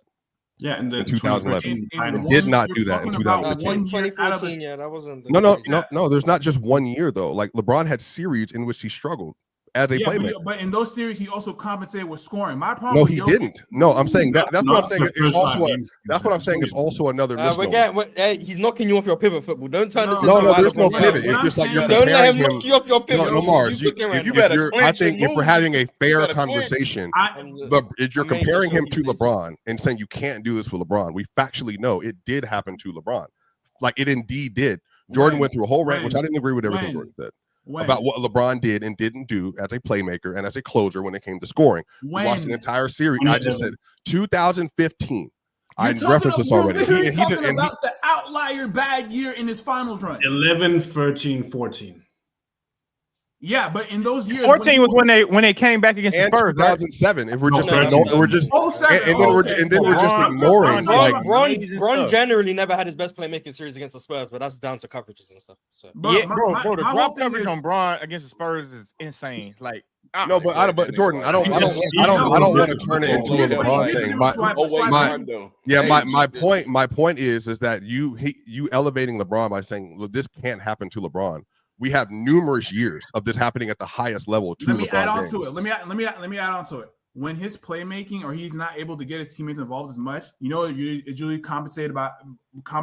Or always? Which one? No, it's usually compensated by him going off or him having elite scoring. But he didn't always have elite scoring series in these settings, though. It's not. But most of the time, in a lot of these scenarios where he will score if his playmaking is not on. But football breakdown, I feel like you're not being fair because you're. Hold on. When he hasn't been able to playmate, he usually doesn't score a lot. But he does. So that's what I'm saying. We're moving around. Jokic just had a better scoring series in the Thunder series. Period. Like he averaged 28 a game in that series on like +6. So like and then no, that's what I'm saying. Like this is and then in 2024 versus the Timberwolves, he averaged 31 points a game in that series and closed out with a 35 ball in Game 7. So like even in these series, you're saying his playmaking was limited, and then in 2023, he averaged 28 a game on the series that said Marsh was doing just connected passing for 12 assists a game. He did average 28 a game in that series and closed the series out with his scoring. He's closed the series out with the Miami series due to his scoring because they were over leveraging the passing playmaking from Jokic, which is the 7 assists a game. But then he was 30 on +10 in the NBA Finals. Bro, you're talking about one. That's more of an outlier than what he typically does in the playoffs. But the Sun series right before that, he was 34 on +6. That Sun series moved me. And then in the series before that versus the Wolves again, I think he was 27, 28 on +3, +4. +3, +4 for a center, bro. He just shot under 50%. No, not for a center. For what it's worth, there was one game he went like 9 for 28. Yeah, he shot 44% from 3 on that run. So you saying that like on a center shot diet, he was just emptying the clip from the floater range. He was dominating in the post, and then he was also dominating as a 3-point shooter. Football. Can I just add something to what we talked about? Like, but also you're using the LeBron and saying like he had some outlier series, but that's also because he played in the East, and like as soon as he played, he's also playing the best defenses in the league too. Those Pacers, the Pacers. Yeah, hold on, football. Let him finish his thought. Let him finish his take. You have I know, the Pacers is one of them, but then you have all of these other teams he's also playing. Also, I don't know if every game against the Pacers was either 40 or great playmaking. I could go back. He had a 5-point game against the Pacers in 20. Yeah, I did remember that one. So like, it's a little bit of you forgetting all the bad games or series. LeBron. How many rebounds he had? Jokic had so many awful series, but LeBron also had them, and Jordan had them. I might have been cooking. Magic had them, Bird had them, Isaiah Thomas had them. I'm telling you, Jokic for the way Swiper speaks about Jokic, you would expect him to do. You would expect him to go way further and dominate in these scenarios. We can go way further. Mike would never. I'm just saying. No. Taking 9 shots in a Game 7 when you need for the greatest offensive season ever. It's pretty crazy to me. But you realize now you're using outliers. That's not an outlier. How is he in Game 7 against the Clippers? Because he's played in 7 Game 7s. That's how, an outlier. how is his Game 7? How is his Game 7s? You just said it wasn't. You don't know. Hold on. You can't make a point and say he shot 9 shots, and you say don't bring up outliers for LeBron. You brought up an outlier for Jokic. There's situationally why he only shot 9 times in that game. Why? This conversation is already Caruso's the situation. But, it's tilted and disingenuous anyway when we like compare LeBron bad games. Well, he brought up LeBron. No, I know, but what I'm saying is LeBron has so much more played playoff games, so of course he's going to have more moments of being bad because that's what comes with volume in the playoffs. So like, where do you think his prime was? And hold on, just let me. No, just getting clarification. My bad. You were bringing up like 07, 11, and 13 or 14 or whatever y'all brought up. Like, so are we only going to compare LeBron's entire body of work to peak Jokic, or are we? That is peak LeBron. Is his 07 isn't peak LeBron? No, not even close. Like his peak tenure is his. But I would actually argue like offensively, 11, 12, I think 13, that's not his peak either. His peak offensively is 16. And we're having a playmaking discussion, so I would argue you should be using 16 to 20. 16 to 20, correct. 16 that's to what 20. I would be arguing, but you know what? 16 to 20 for LeBron for his peak. That's his offensive peak. We're talking about playmaking on offense, yes. Oh, okay. I think is that not fair? I think that's well, fair. I think his prime was in 12, like to. His offensive peak is but 16. a lot of it. No, I disagree. LeBron's best year, I think, if we're talking about like best year, started in 12-13. Though. Well, when was his best offense? When was he at his best offensively, in your opinion? I mean, in the playoffs, all around, or just period. I mean, I think still there's an argument 12 was his best play, like offensive season ever. He shot 60% from 2 and 40% from 3 that year, and like was a demon like across the board. So I mean, I don't know how to. That's what I'm saying. I'm asking legitimately, like where are we moving? There's another. I think most people would say Bron peaked offensively from 2016. The white kid from Philly. I'm just not familiar with that, given that like I think that his best offense. But sure. I mean, I just think most people would say that, but I don't. Maybe I'm in different circles. I mean, but I'm saying that like legitimately though, Mars, like one of the reasons why 12 was so special was because like. From like the rim, mid-range, and 3-pointer from an efficiency standpoint, especially in the era he was in. I mean, that was like one of one, and why he was so dominant, plus the defensive stuff. So I've never not included one of one alongside. But when we do peak, though, it's usually not a singular year peak; it's a 3-4 year span. So I'm going to ask you. I'm going to ask you: his best offensive, like 3 to 5 year span, is when 16, 18. 16, 14 was one of his best scoring postseasons. He was ridiculous. Minus that 7-point game. Yeah, but I mean, I guess 7-point game and 2 rebounds. When do you think he entered best in the world? Talking about that point, was that 10, 9? Trash. I mean, yeah, he's in best in the world. Talking about 09. Well, when do you think he was? I guess definitively, or like from the public commentary. Definitively for the public, like from a consensus aspect, like a. 10, I feel like 10 is safe. Yeah, I 10 feel like 11 forward is consensus. Yeah, I'm so crazy because I'm not like, that high on that LeBron, bro. LeBron was so much better when he got back to the Cavs, like way better. I just think in 2013, offensively, I agree. Offensively, a much better player. I just think he had so much more defensive responsibility on the Heat that that's why that's his absolute peak, all things considered. But offensively, like 2020. Is very underrated, dude. I think that was like one of the best. When he developed his jump shot, when his jump shot came around, I can see the argument for like his jumper all around improving, which made his efficiency what it was. But I have LeBron from 16 to 20 as the greatest offensive player ever. Yeah, it's pretty close. But he's on that short list. He's on that short list. Like Jokic is great. Don't get me wrong. I just think that I just think there's aspects about his playmaking that can be curtailed in the playoffs that can't be done for certain other players. That's it. I think the other thing with that's it. No, go ahead. Get your point off. I know you was waiting. Go ahead. I was just saying, the other thing with Jokic is you haven't Jamal Murray and Michael Porter Jr. are really good players, but you haven't really seen him maybe in the situation where he could thrive even more as a player. Imagine I've always said this, imagine if Jokic played with Steph, like just the cutting around Jokic as the like That was if Jokic was able to be the second best offensive player on his team, that'd be there's crazy. more like it could be other players, obviously. But Well, like, there have been specific games and series where he was the second best offensive player on this team. I mean, we've seen Jamal Murray. So He had has 250 balls in one like series. Like we have seen that. We have seen, and that's not a knock to Jokic. I just Yeah, want it's to make not sure. a I knock. say yeah, that. that applies to like every all-time great. For the Right, most part. exactly, including Magic But Johnson. can I say something? Can I say He's the something here? pinnacle I of the feel list, like yeah. Go ahead, baby. Football. We're about to change direction, so go ahead. yeah, football. You said many names to say that Jokic is overrated, and then you mentioned LeBron freaking James. That is the only one you debate. If the only one you can actually argue over Jokic is LeBron, that's a testament to Jokic. I can argue Like, Steph. I can argue Steph too in terms of Again, Steph is another. I don't think many people think that LeBron and Steph are worse than Jokic. But you mentioned Steve Nash. Jokic is the greatest offensive player ever. What do you mean? I don't think it's that common opinion. But What? but can we argue that Steph Curry has more drops in the playoffs than he does, though? Yeah, I know but longevity. Longevity, I understand. But even if we're going to prime, though, like, Statistically, yeah.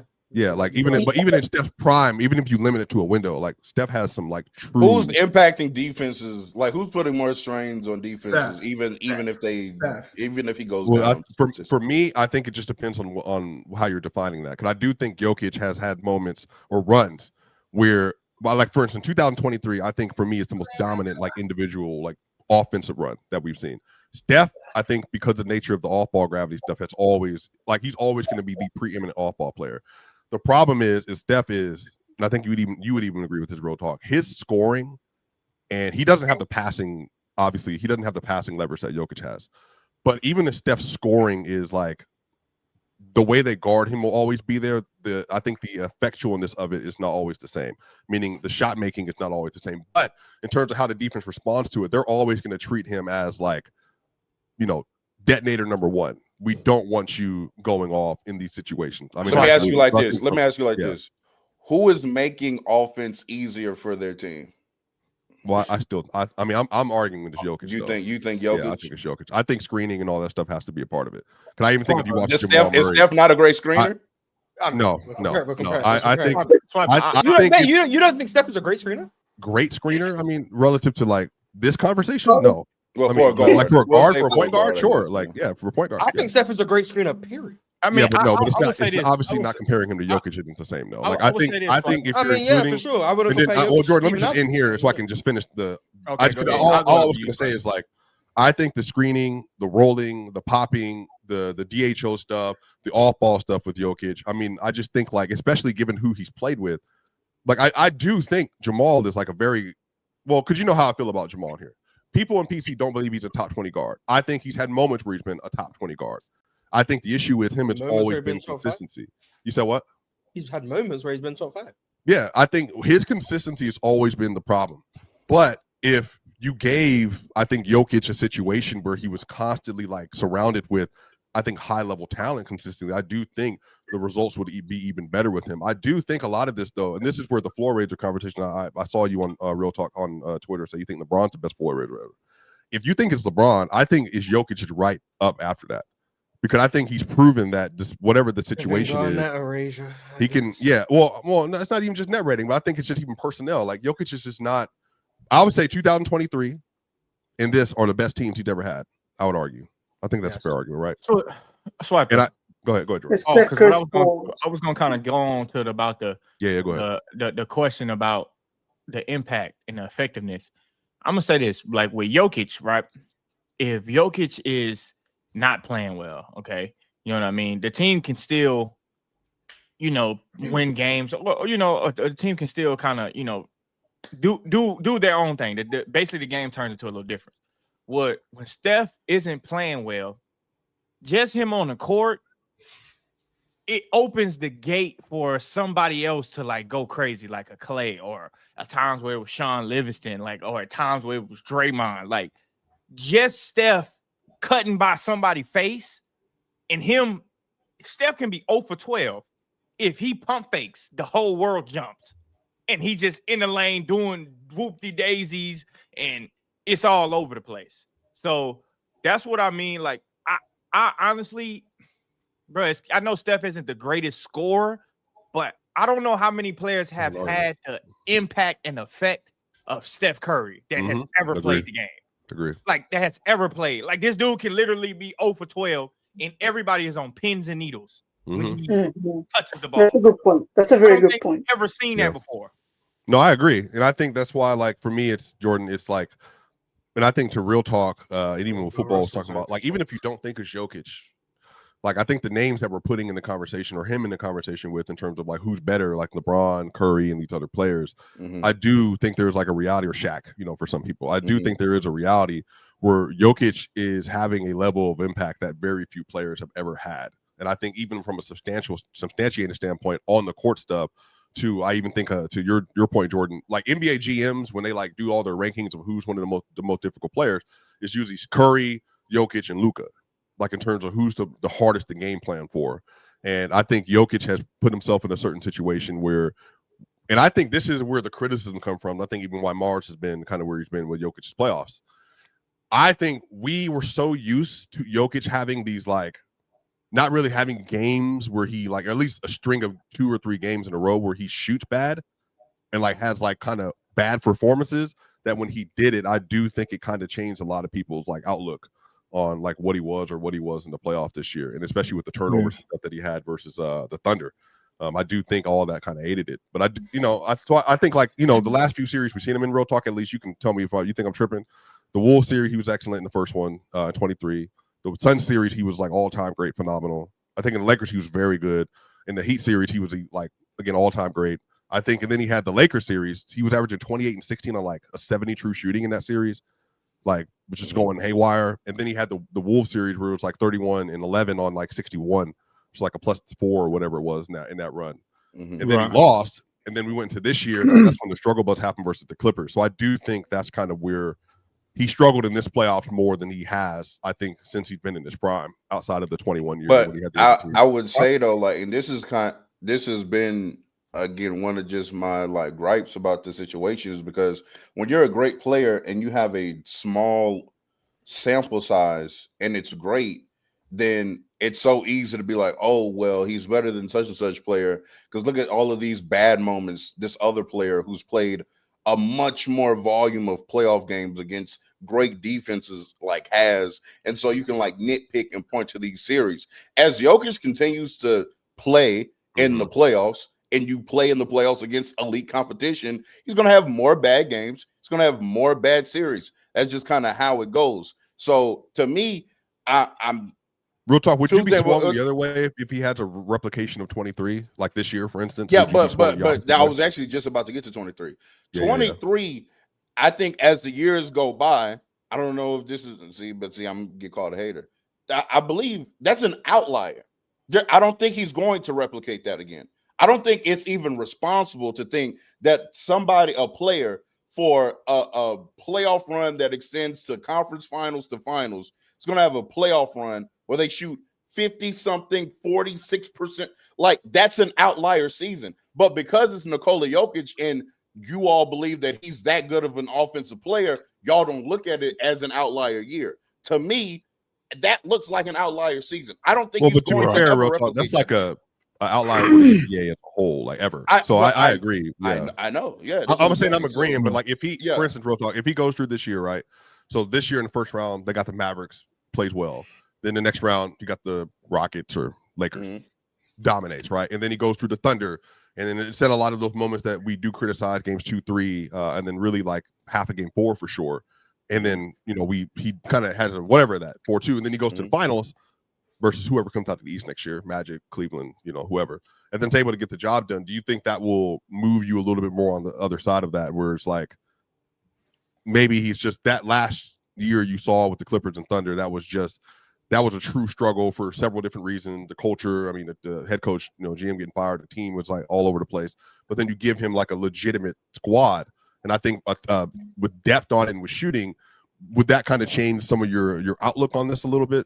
I mean, my outlook is, I'm not necessarily. I think he's already one of the greatest offensive players ever. I don't take that away from him. So maybe yes, he can string together some playoff series and playoff runs that maybe gets him to, arguably the best. But I already have him in, that tier of player offensively. So it's going to take more than a year or two to surpass like LeBron and Michael Jordan. You know what I'm saying? Like that's the area he's in. Well, I'm more so talking about you personally, though. Real talk. I do. I'm saying I have him personally as a great offensive player. That's what I'm saying. Yeah, I think it's about time we move forward into a different direction of the conversation. I think we've had this Jokic conversation time and time again, and I don't think it's fair for us to keep putting Swiper under all this pressure. You know what I'm saying? I just don't think it's fair. No pressure. He all right.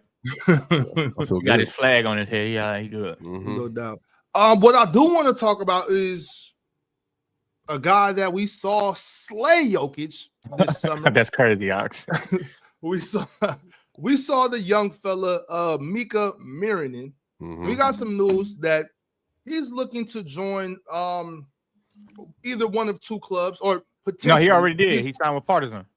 Did he sign with Partizan? Okay, Partizan, because my last what I saw was it was Partizan or Pana was going to be one of his decisions. But now that we know that, what does that look like, Jordan? I'm going to let you go ahead and. Yeah, so is he going to be embracing Serbia after what he just did to? I was going to say they're going to embrace him. They're going to embrace him. They're going to say, "Shit, what you did against us was amazing."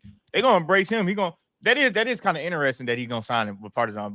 But at the same time, man, in the Euroleague, man, they just like good hoops for real. It's not that big of a deal.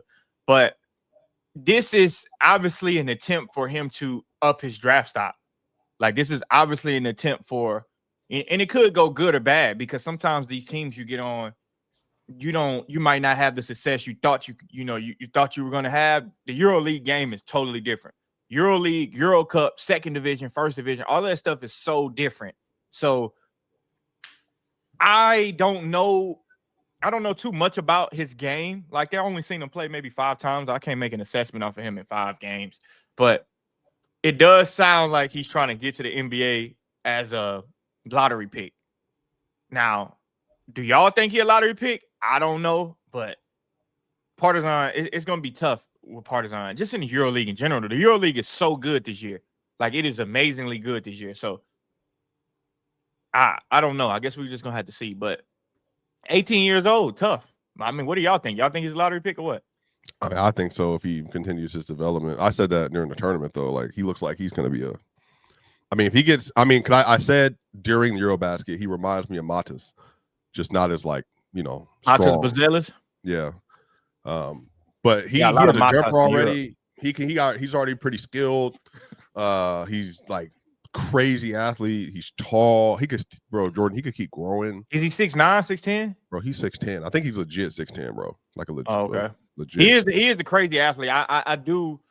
I do like. I don't know if it's so much of a crazy athlete or if he just got an incredible wingspan. Like his wingspan is unbelievable to the point to when he just jump and he just pull his arm back. It looked like he's way more athletic than what he is. I don't know, but I want to see his offensive game. Like, what is he like? Is he's a hybrid 4, like that, or is he a 5? Because if he's a 5, I have questions. If he's a 4, 3-ish. I might be inclined, but I just want to see. I think he's a 4. I think he's a 4, bro. I mean, you could be, but sometimes you could be a 4 right now and a 5 later because what draft class would he be? 27 or what 8? Coming up? Well, he's playing pro. He's 1 year removed from high school. This next year's draft. He 18. He already qualified to be a pro. He 18. Let me see. Let me see where he's projected right now.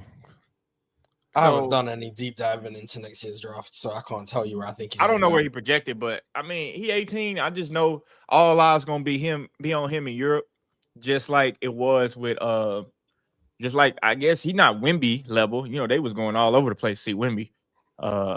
Wemby was behind Giannis' brother, Costa's ass. When he was in the EuroLeague, he wasn't playing. That's crazy as hell, right? That's insane. He was behind Costas. And then he went to France and started playing like how he played now, and then the whole world stopped for him.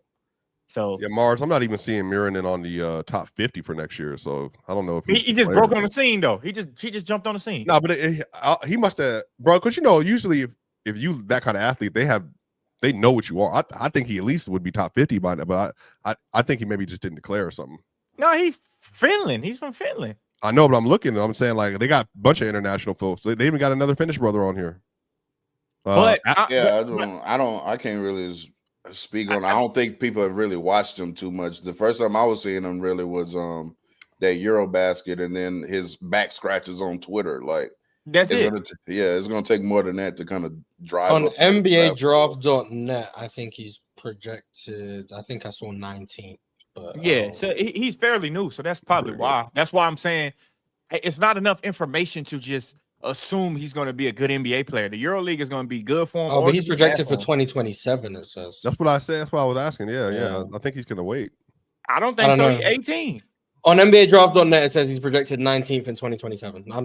I'm just reading what it says in front of me. I'm not. I understand that. I'm saying, Swiper saying, you think he's in the next draft class? When you turn pro, you can go to whatever draft class you want to go to. Like it's not. I got him at, bro. This would be cold. BR Mars has him at 12 in the 27 draft to Chicago.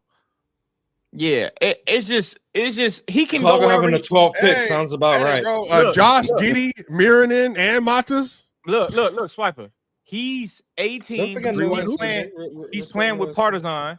He's playing with Partizan. White Jesus, he can go in whatever draft he wants to go in. It's no declaring. You don't have to declare to get on the list. According to Johnson, I can't. His ski on Draft Express, Moranin is ineligible because he didn't have permanent residency outside the United States for 3 years before the 2026 draft. Cited Article X section 1 of the CBA. They saying he was an alien? Is that what they saying? Where was he at? Oh damn! Because he played high school in the U.S. and now he's going. Yeah, he did play high school in the U.S.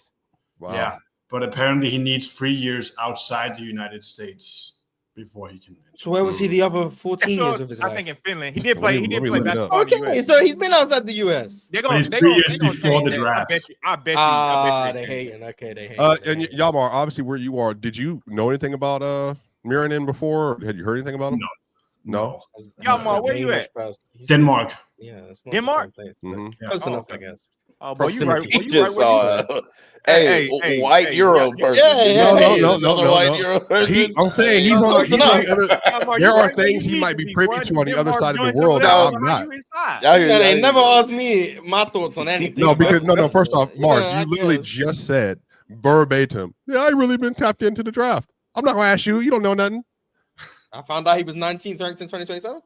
Hey, I mean that's all Scandinavia, right? Denmark got it going on out there, boy. Yeah, that would have said. Yeah, that's all Scandinavia. All of it. Women in Denmark, boy. I've lived in Los Angeles, California. I know a couple women from Denmark. Something wrong with y'all, bro. I'm not gonna lie. Y'all need help. Clinical. Nah, ain't no help. I don't need no help. Pills. I remember when you talked about help for what, Swiper?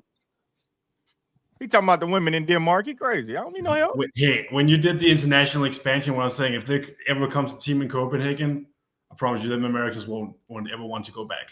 I know. I lived in Los Angeles, California, where the Moroccans come, the people from Denmark come, people from Germany come. I know what I'm talking about. Switzerland. I forgot. My bad. Switzerland. All right. International men in the world. I'm good. Yama, how are you? Are you a hooper? You said you play American football, right? Football. No, I don't. I got into basketball because like I got into football, and then obviously like a lot of the American talk shows talk about both. So I got into it for that and started watching the NBA and just kind of got into it. You played American football? Yeah, I play safety. Damn, where you play that? I like your skinny. Well, that's what he said. It's called the ELF. Well, I'm 235, so I ain't nothing. You 235, a bad 235, by the way. But it's the follower to the NFL Europe. So my team is called the Nordic Storm. We play, if anyone remember, James Harrison's old team, the Düsseldorf Rheinfire. Okay. Are y'all in season? Are y'all in season right now? You play like for a college, or is this like a team, or what?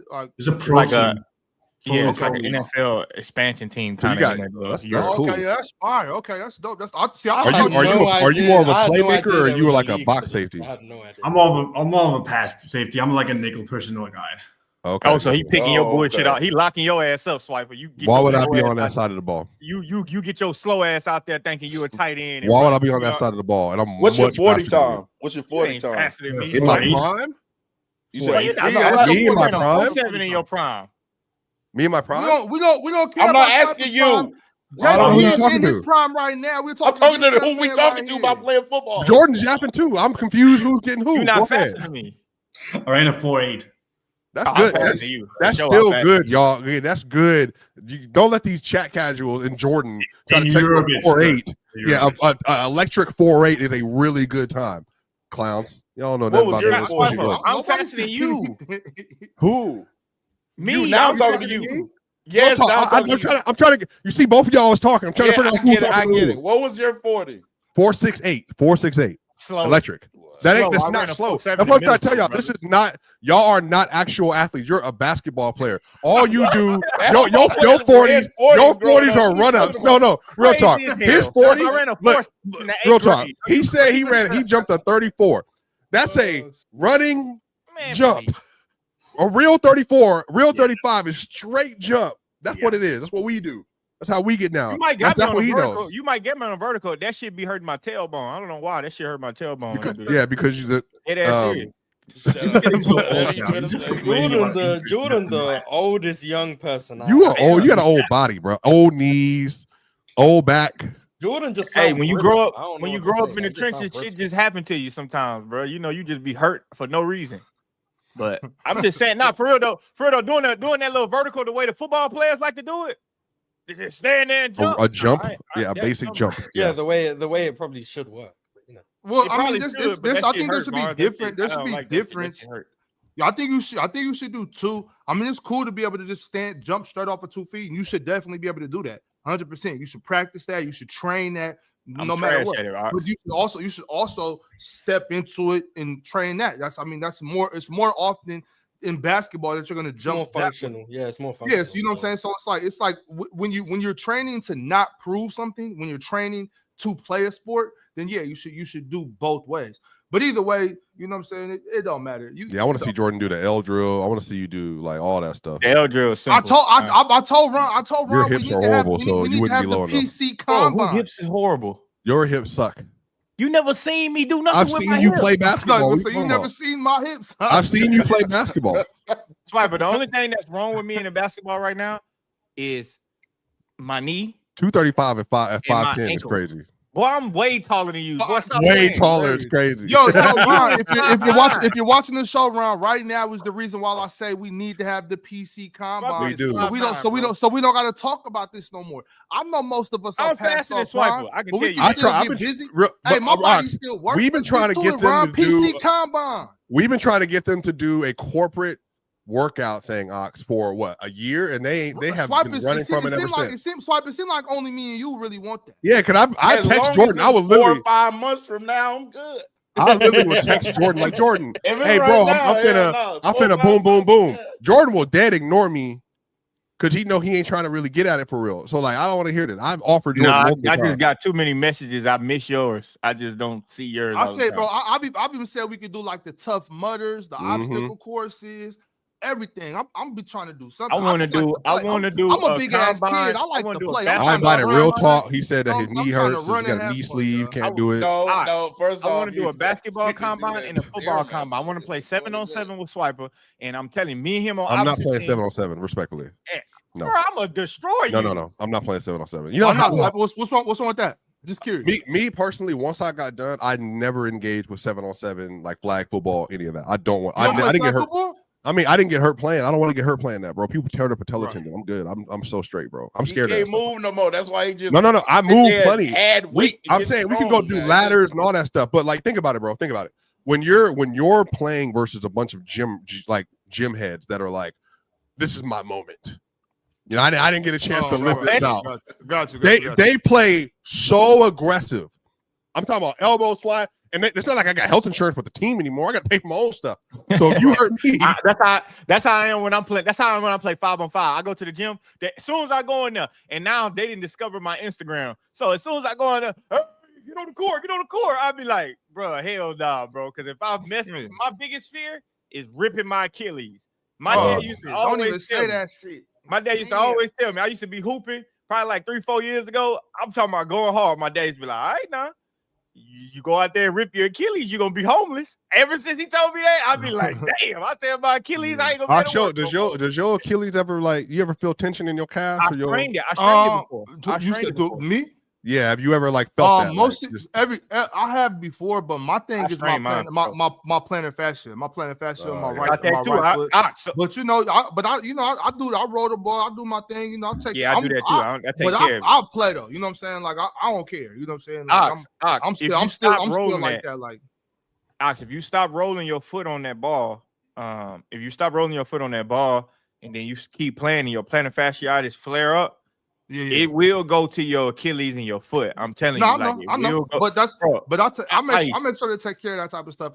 I ain't tripping. Y'all know. Look, I was born to run and play and jump and be an athlete. You know what I'm saying? So that's what I'm going to do until I can't do it no more. So that's why I always saying, man, when somebody really want to, let's get busy. I want to. Man, we can do it. Like, let's do the 5-on-5 we did with PC and everything. Like, I'm with it. That's cool. But I think bro, Ox, you know what I'm talking about, bro. When you go places, I feel you. I feel what you're saying. They just be doing too much, bro. Like you really legit be trying to live out your dreams, right? Like at a park. Well, so that's why if I go to a gym to hoop and it's like not really hoopers in there, it's like maybe some youngsters. I'll play, but I'm not gonna really do nothing but pass and transition, shoot some jump shots. I'm not gonna be doing all that. But when I get to we got some pretty good leagues out here where you can still play and you can play against ex-overseas dudes, guys that are about to go to college and stuff like that. So still in good shape. Like we can ball. Did you do pro-am? Yeah. Would you still do it? I'm a pro-am legend. Me too. I'm just trying to play basketball. I wish I still played 2K, Mars. I try to play. No, but Drench, I really am worried about you though, bro. You said you got plantar fasciitis, your ankles be hurting, you strained your calf, your back is bad, your tailbone's bad. Oh, you lying. Your head is off. Hold on. Which part did I miss? Nigga said his wrist is stiff. He can't even move. He's stiff. His hips is stiff. So you always be lying. He waddles when he walks. Wait, how? You said all these things. Let me speak for myself. Number one. Because I want you to walk you through my timeline. So I broke my ankle when I was a freshman. Broke it, right? From that point, I came back too early, probably within 6-7 weeks. That's way too early. From that point on, my bone overgrew in my foot. So that's why you start to have issues with your feet, because your bone overgrew. The plantar fasciitis come from overworking it. Then because of that, you mess your Achilles up because you overworking your feet and doing things like that. Then I just stopped playing. I said, you know what? I'm gonna stop playing. But then when them youngsters start running their mouth and start talking about, I could beat you, I just hop out there, no stretching. My knee be jacked up. Oh yeah, so you got to warm up, bro. You got to warm up. Man, I'm good now. My knee don't hurt no more. I'm good now. My knee don't hurt no more. But see, from this point on, Jordan, you got to understand, you almost 30, bro. You got to start warming up. They just talk too much, and I just be like, bro, you trash. Yeah. So I go out there, do what I do. Now, as far as the squatting thing, as far as the vertical thing, I just don't like doing it for some reason. I don't know why. Squatting in the gym used to make me sweat. Like I used to be like, shit, I'm sweating. Now I'm good, but I just don't like doing that little vertical joint. I don't know why. I just don't like doing it. But I'm swiping. Me and you played. I only need 1 foot for you. You can't do nothing with me. Nothing with me. Well, hey, time will tell, and we will definitely get to see. I'm telling y'all, just make sure you take care of your body, stretch. It ain't nothing too much worse than hooping against a football nigga. I tell you that, but they be out there fouling. Yeah, I know Swiper. I saw Swiper on PC Weekend. I saw him out there hacking, and he was playing hard as hell. There wasn't no hack. Swiper looked like he made the game. Swiper looked like he came to the floor and say defense. Yeah, Swiper was playing hard as hell. And you would have been, and real talk, you would have been standing right with Bama, filming, watching. Doing this. I was doing that Magic Johnson holding the camera. Holding the camera. I was just connecting, just making sure everyone go to that spot. Swiper and gifted. Boy, y'all was out there. Swiper and gifted. Don't even try it. Oh man. Gifted. Swiper got to work. I ain't gonna He lie. did. That He was So fun. they gifted. So they gifted. Oh no, Nah, Gifted bro. too. Gifted, Shout out Now, to Gifted played the hardest. Swiper was second for sure. Hey, we Gifted had played a hard. good time. That's all I know. That was fun, and I can't wait to do that again. I And saw shit, in Big fact- Ox though. I saw Big Ox. You was out there doing what you supposed to do. You know, you were taking Bricking. it personal sometimes, and then sometimes Bricking. you were. Oh, my I bad, seen my bad, Big bro. Ox try to Freaking kill what? Zizi. That's what I seen. That's what I do. I seen catch Ron my out there body trying to catch my do body some snatching. unbelievable stuff. You know what? I had to give it to Ron though. I'm not no hater by no means. I had to give it to you Ron. are. No, I've never been a hater. Ron is an unbelievable athlete, brother. Like a very unbelievable athlete. When I saw him doing the windmills in pants, no stretching, just getting up there windmilling, I said, yeah, that's different. That's different. Ron different. He always been like that. Now that's why I be telling those when they be saying that, like, bro, y'all better stop playing, because if it ever comes to that day, like you go, you know what I'm saying, you gonna really have to, man, you gonna have to really stand on it. But yeah, shit, so I'm about to go to the chiropractor here in a couple. As soon as the show's over, they got I need to get my membership back. Work on my knee. Get my membership be back. doing, you know, I got the massage after, you know, so I'm always stay ready. So when next time we get to it, y'all, we gonna have a good time. Hey, I gotta get to these power check. No, go hold on. Ox, I just put my video on X real quick too. What video? You crazy? But listen, I was shooting yesterday on the gun. Right, it was my first time shooting in months. I'm talking about like shooting in months. I used to do this thing where I would make 10 threes before I leave, and I had to do it under 10 minutes. Yeah, I quit yesterday because I ended up shooting like 700 shots. My legs today. You couldn't make 10 threes in 10 minutes? You make 10 threes in 10 minutes? 10 in a row. Oh, okay. You concerned me because I was going to say, I think I could make 10 threes in 10 minutes. No, 10 in a row. Okay. Bro, my legs is over with. I need to go to a massage therapist right now, bro. I'm talking about. That's the video. That's the video you dropped? Yes. I cut the video off because I would get to 7, 8, miss. 7, 8, miss. Bro, I kept going because I'm so competitive. I'm like, bro, I got to do this. I got to do this, bro. Yeah. Bro, I kept going.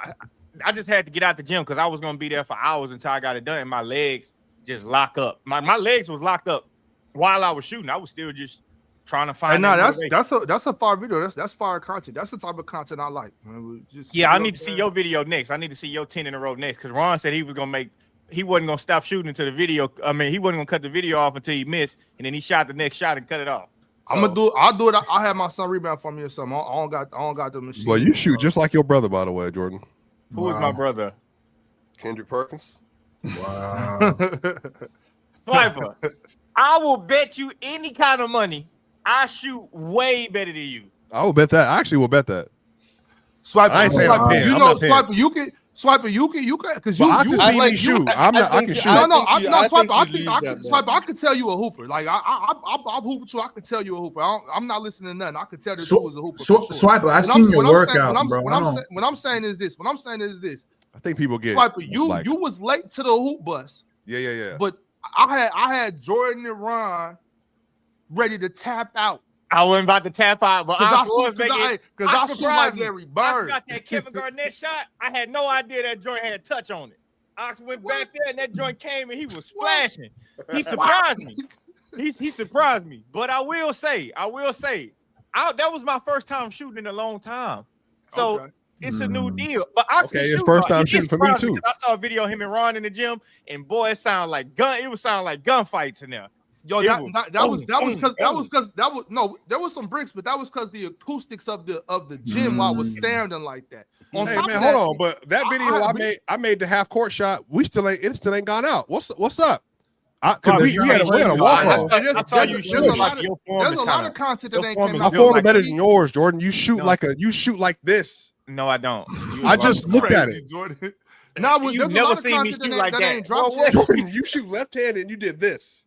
I never did that on no video. You are I'm still waiting for the content of when me and Ron went out to New York to play that 3-on-3. Oh yeah. I forgot about that. That's when Dale sold us. Dale sold us. He ain't even show up. Like what? I flew out there because I thought we was gonna be playing with Dale. He the only one live in New York. I flew all the way to New York. Why he didn't show up? And he ain't Y'all done flew to his city and he don't show up. Why he didn't show up? I don't know. It must have been something, but who was on your team? It was me, Ron, and Tremaine. Oh, did y'all win? Nah, we ain't win. Who y'all? I'm saying, but how far did y'all get? I mean, not very far at all. Like, was it a tournament? We went out there. We got packed up, but it was like, right. You know what I'm saying? Had Dale been there, we for sure would have won. Was it a tournament or like a round? That was the difference between getting packed up. Dale's cool. Dale's Dale. Dale's really good at basketball, Mars. How tall is Dale? 6'9", 6'8". Yeah, Mars. That's a hell of a difference right there. But the thing about it is though, like I watched that hoop. I want to move. So I don't know what to tell you. Wow. Well, I'm better than Dale, but that's what I'm saying. Okay. Do Dale know that? Hell yeah, he know that. I've been telling Dale that for years. He know that. Would Dale say that? No, he shouldn't say that. I was about to say he won't say he shouldn't say that. Hey, all I need is chill. Is Trey the best in PC? No, Trey the best non-Ox in PC? Non-Ox. Non-Ox. Is he the best non-Ox? No, non-Ron. He's not better than Ron either. I need y'all to He's not better than Ron? Does Shaq not count? Does Shaq not count? Oh, Shaq doesn't count. Shaq's better. That don't count. But like, I haven't seen Trey play. I really haven't seen Ron play. I've seen highlights. Wait. I don't want that to sound like anything because Tremaine's definitely a baller, but he's not better than Ron. I don't know. I don't know. When I watched y'all play, one of them looked better than the other. Somebody had a higher VORP than the other. I just say it like that. Bro, I ain't gonna lie. I saw somebody miss in an open gym, and I saw Ron sprint around in a circle and come out from the top and dunk that joint back. I'm like, dog. Swiper, you can advocate for the fact that when we was playing those 2-on-2-on-2, if Ron just would have gave me the ball back instead of listening to because y'all was out there talking that he cooking, so Ron took it personal. If he just would have gave me the ball back, we would have. I would have took that personal too, bro. He gave Ron. Don't you want to win? Every real story I hear about Ron just makes him sound like Russell Westbrook. I'm talking about Ron. That was a good move, and all. You know what I'm saying? Like I just got 3 buckets in a row. You know what I'm saying? And then y'all tell you, I tried when I went to go try to catch ZZ, I was like, okay, I'm feeling good today. You telling me Ron was out there being Bob McAdoo? Exactly. Oh my God. Exactly, Bob McAdoo. Real talk. I had the game in the bag. Just give me the ball back. Let me. Somebody told me ZZ was the best shooter in PC though. That's what they told me. No, ZZ a lot better than I thought he was. He got a little bit of an awkward shot. He represent from the logo. I immediately thought bum. So you know, you swipe. You know that's how I hurt my knee the first time. Real talk. Can you hoop? Cause of Ron. Can you hoop real talk? Hell, better than you. Oh, of course. I don't know. That's not my game. I'm all soccer and football. That's me. No, I mean, wait. Hey, Jordan. I'll beat anybody. Real talk is the Paul George of gifted. Okay, he's the Paul George. No. We've shared the court. Actually, injury-prone, mentally soft. That's tough. I've hooped that when Steve Buck came down here for DreamCon. That's what they say about Paul George. That's not my opinion. Paul George, if you're watching, who's your player comp? Real talk. Shit. Michael right now, I'm Sabonis. thick D-Lo. Yeah. D-Lo. Hey, no, wait. Darius Garland is quick. Hey, Jordan, he's post-career Antoine Walker. You feel Antoine probably still can hoop though. So real talk is basketball-wise, Antoine Walker. Antoine Walker probably still can hoop though. For real. But Swiper, this is what happened. Antoine can still go. So Swiping, we was playing in the March of Dimes tournament in SAC like way back. This was probably like long. It was a while ago. First time I hurt my knee. I'm me and Ron just jumped on this team. They grabbed us like, come play with us. We go play. Me and Ron actually come off the bench. But a couple of cats on the team, they know me. So he put us in. Me and Ron get to going crazy. We get to cooking. I run off like 7 straight. Boom, boom, boom. More, I'm hitting them with shit. Then I come this way. I look at Ron like, come on, So I cut. I'm waiting for the ball. Ron throw it finally, but he throw it behind me. So when he throw it behind me, I gotta stop and I turn like this, and I just felt something in my knee. I was like, what the fuck? It felt like the back of my knee blew out. Your knee up? Yes, because he didn't throw the lob. He like, bro, throw it up. So he threw it way behind me. I had to stop and try to turn back and catch the ball. Still got the ball in the bucket, but hurt my knee. But you know how I be winning games now at Lifetime? I go in there one day and I lose one game and I quit. And the next day, you know how I come and I go undefeated the next day? You don't play. No, I bring my homeboy, and we win. That's how we do it. We go 5-0. I don't score no point. You're Kevin Durant. I thought you said you'll join the team that beat you. That would have been. No, but when I leave, I'll be like, all right, that's cool. Y'all got me. Ironically, this is what that is also something that Kevin Durant did. I don't know if you guys heard the story. It's also that Thierry Henry did. Like he did that exact thing in the summer. Was it Marquise Teague who told the story that they were frying KD in them, and then KD spun back the next day with Russ. So that they can win. To be fair, KD been doing that. Russ is a dog. We taking names in there, boy. I'm talking about. I'm like, where y'all at now? Where y'all at now? Russ, that's what you got to do sometimes. But let me run through some of these. On me, and then when I'm by myself, no, nope. I'm gonna run through some of these super chats. Hey, Jordan, call me. I'll save you too, bro. Their money's worth. We got one from Alan Noy. Says if Rui isn't traded by February, I think LaRavia or Smart will probably take his starting spot this year. He better not be starting period to start the year. I assumed Marcus Smart was starting in January. Yeah, me too. It's no way y'all think Jake LaRavia is better than Rui or Marcus Smart. No. I don't think he's better. I'm just not as high on Rui and his fit on the Lakers, but I think Marcus Marcus Smart LaRavia. I think Marcus Smart will be starting though. That would have been my guess, but I got to listen to what these. Are you high on LaRavia? To find high, like I don't think the words high on LaRavia have existed before today. I don't. I'm just saying. Like, what does high on LaRavia mean? I think he can be part of the rotation. No, this is my theory. Okay, for Lakers fans, and you know, every time I speak on Lakers fans, they think I'm a hater. I was a secret Laker fan back in the day, though. By the way, but anyways, I can relate. By December, I think Lakers fans will be calling for the head of Jake LaRavia by December. A bench player? Yeah, he won't get enough PT. Yeah, do you know what they were doing for Gabe Vincent? I was just about to say, they were doing for Gabe Vincent. But I know, but Jake LaRavia better than Gabe Vincent. But you said a bench player, like no. But to be fair, this is how I'm gonna rank. Jake LaRavia is probably gonna be the best 6-man they got as long as Reeves is starting, and then after that, you think he's gonna be the best? Then it would be Marcus Smart. Well, Marcus is starting for me, and then I got Jake, Rui, Rui, Luka, what lineup is it? So Brown's starting at Rui, Jake LaRavia, LeBron, and DeAndre Ayton. That's the lineup. What? Luka. Say their lineup, Swiper. Bron, Marcus Smart, and DeAndre Ayton. Yes, sir. Yes, sir. Okay, cool. And then Jake LaRavia, Rui, okay, and then Bronny will play, and then Gabe Vincent will play. And Bronny playing this year? Jackson Hayes, who? Bronny playing this year? No, I think he has to. I think Bronny has to play based on where the roster. This is last year. Bron last year. This is. He ain't going nowhere, bro. It's built in the contract. Jackson Hayes. Hey, the aspiration deal don't just go through the Clippers. They got a Bronny aspiration deal somewhere. They just drafted a dude there. Swiper, that's nasty. What you doing, brother? You're not getting rid of Bronny. That's nasty. What you doing, Swiper? Dry snitching is disgusting. A tribe called Lynn says, shout out to Drago on the Nordic Storm and the Elf. Swiper is basically like the Elf. That's crazy. The ELF. It's not the Elf. What is the ELF? What does that mean? I don't know what that is. The league in which he plays in that he told you guys about 40 minutes ago. My bad, bro. I'm sorry. European League of Football. I'm sure some people probably call it the Elf, right? European League of Football. I thought we were talking about a movie. Wait, hold on. Right Wait a second. Do some people call it the Elf? No. All right. Okay. My bad. Let me start over, bro. Give me some grace. Shout out to Drago on the Nordic Storm and the ELF.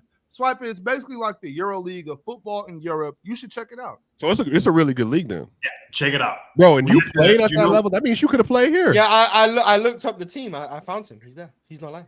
Hey, Yellowmar Skeet Nelson. Now we know how we paying for that Hall of Fame membership. Is Mark always looking up people? Like, is that what he does? Yeah, he does. Yeah, he does. Well, not many people normally give. Sorry, I don't play him because I actually did look up Jordan as well when he said he's casually playing a professional sport. Like, I mean, Nordic Storm. I didn't play nowhere. What you look me up for? I and didn't then play nowhere. No, high school. What year did you last play? Oh yeah, I did look up that school. Me? Yeah. Oh, this year.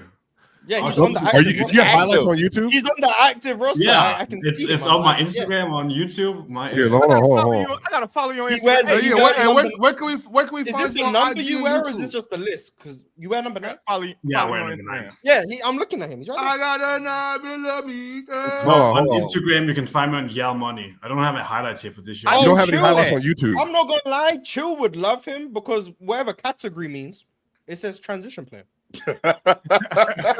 You already Chill's favorite player. I don't know what that means.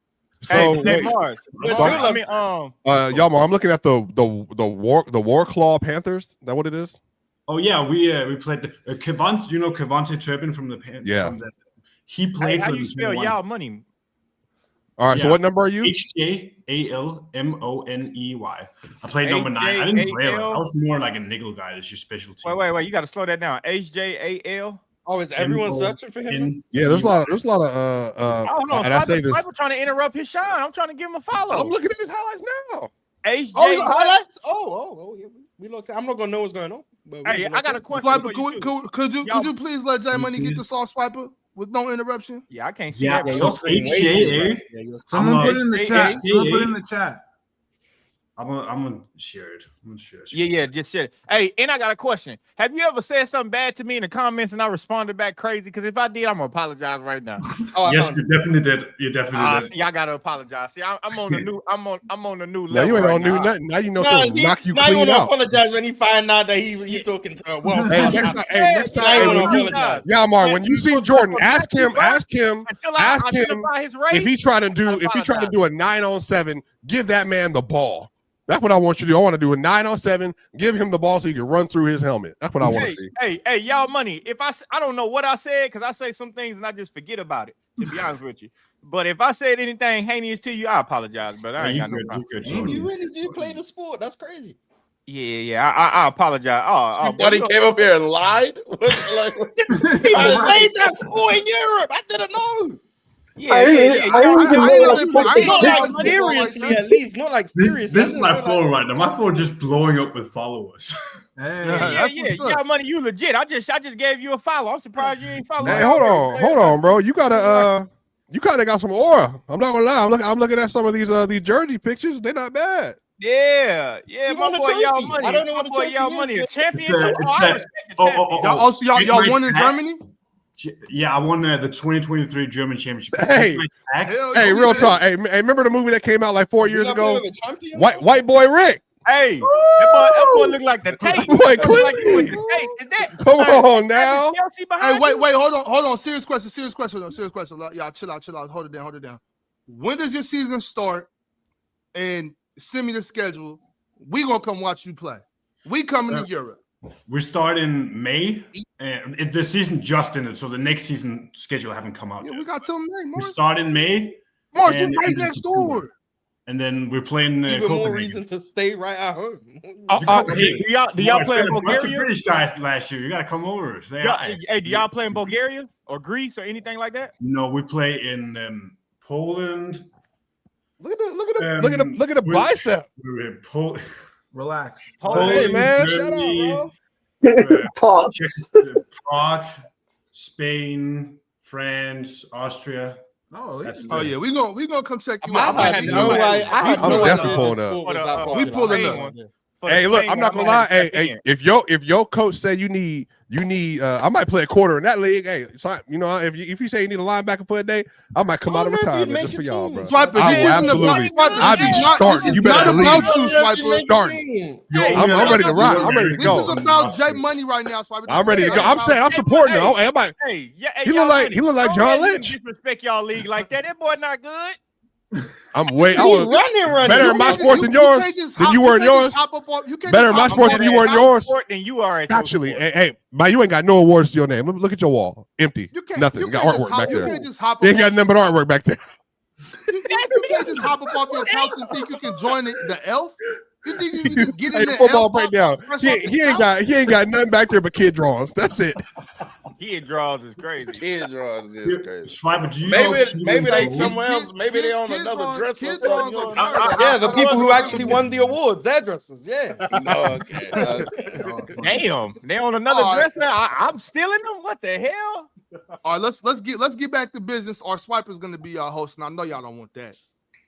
So, we get through the time. Footy Maniac says, "Hey Mars, just watched your top 10 basketball players of all time stream. Was a great watch, but one of curiosity, I did not get your reasoning for having Kobe at 6 and why he is better than Duncan." What's that, SC? Mars? Steph Curry. Oh, wow. Steph Curry. How the hell do you be doing this, bro? These abbreviations. Because I remembered my list and I had Kobe at 6, Steph at 7, and Duncan at 8. So I just remember. These abbreviations. Okay, Mars. What do you want to give a reasoning or do they? I could give. I didn't say anything on the show. That's why he came here.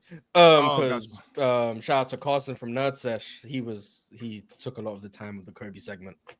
So I didn't have to say anything. The reason I have Kobe at 6 and above Duncan, Steph is the easier one. Is right now it's just a bit of a longevity thing, and I do still value Kobe's ability to scale up defensively. Although I think the effort was inconsistent throughout many prime years, he still was able to reach a level that Steph just wasn't. And then Steph having to be hunted, having to be hidden defensively, I do think is a drawback just in terms of team scalability, versatility, roster construction, all those types of things, blah, blah, blah. Tim Duncan, the case is a bit more difficult. It stems from the fact that I'm just not as high on Tim Duncan's longevity as other people. It's something I've said before. I just think the offensive fall off that Tim Duncan underwent from like 05 onwards really gets ignored. And then the stretch of years from like 09 to like 2012 were just quite frankly just not elite level years. But because he had that resurgence in 13 and 14, away from just winning a championship, Tim Duncan was just better in 13 and 14, particularly 13. People just seem to add 09 to 12 onto his longevity as like, oh, he was just elite from day one all the way to like 2015. And I just don't think that's true. I think there were down years in there. I do think that the impact didn't sustain itself, especially at the elite superstar level that he was at in 98, 2000, 2003. That stretch of time. Wait, Mars. Yes. Mars, I'm sorry. You got Kobe 6, Steph 7, Duncan 8? Yes. You got Steph over Duncan too? Yes. Okay. I agree. Okay. Steph over Duncan was just, I just kind of was like, we got a top like 5 offensive player ever who's given me like a decade at this point. That was kind of more of a preference thing. But I said on the show, I believe, that like 5 through 8 were like very interchangeable for me. Shaq was 5. 5 through 8 was very interchangeable for me, depending on what I valued on the day. And this is why I made it very clear during the whole show, the whole series. Don't hold me to these lists a year from now. They're not concrete. I'm not. A year from now, Kobe might be at 12. Who knows? Like hyperbolic, but like these lists can change. I think I changed my mind mid-show on Hakeem, because Hakeem didn't make my list. And Real Talk was very surprised by that. I was very surprised by that. Yeah. Hey, Jordan, check your Telegram. Yeah, so you could, if you want to know why I didn't have Hakeem in my top 10, you can watch the episode and call me a casual.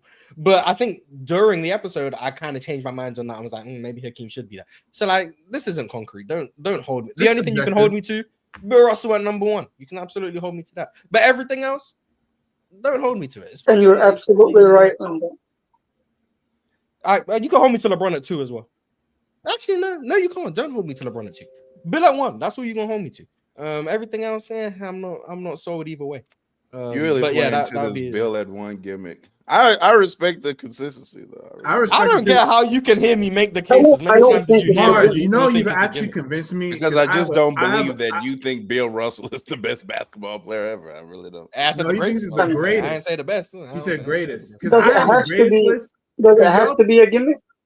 No, because y'all think I hate KD. KD's on my top 10 best list. He's not on my top 10 greatest list. Because what you do in your accomplishments, I think you definitely hate KD from what. No, I don't though. I really don't. I think KD's the greatest, the best scorer ever, in my opinion. But I just think as a singular, like the one to lead a team, I think he has faults in his game that people ignored. Like people ignored his ball handling for a long time, and saying it was more. If he has those faults, why do you still think he's one of the 10 best players ever? No, 10 best because if he's on my all-time starting 5. So like, But isn't that just more like a portability thing? Like he just fits. Yeah, but if I'm doing a draft and I'm going to draft you ahead of a certain player every time, then I mean, like the game, like if we have a draft, I'm going to draft KD on my all-time starting five before other dudes I think have greater careers. I hear you. I just don't think that would make that player better. But I hear you. I know. Is Ox spinning for anyone else? Yeah. Yes, he's spinning for me. Yeah, he is. We just All don't. Oh, well, I got it. Like, bro, like if you have, like, for instance, if you like, KD is just such a good. It's hard to explain. I just didn't like the same thing for Jokic offensively, though. I just didn't like but then I didn't like the conversations that KD was being put in. But he's fucking. I mean, like, what conversations with LeBron? No. Not even LeBron. I don't think he's better than Steph.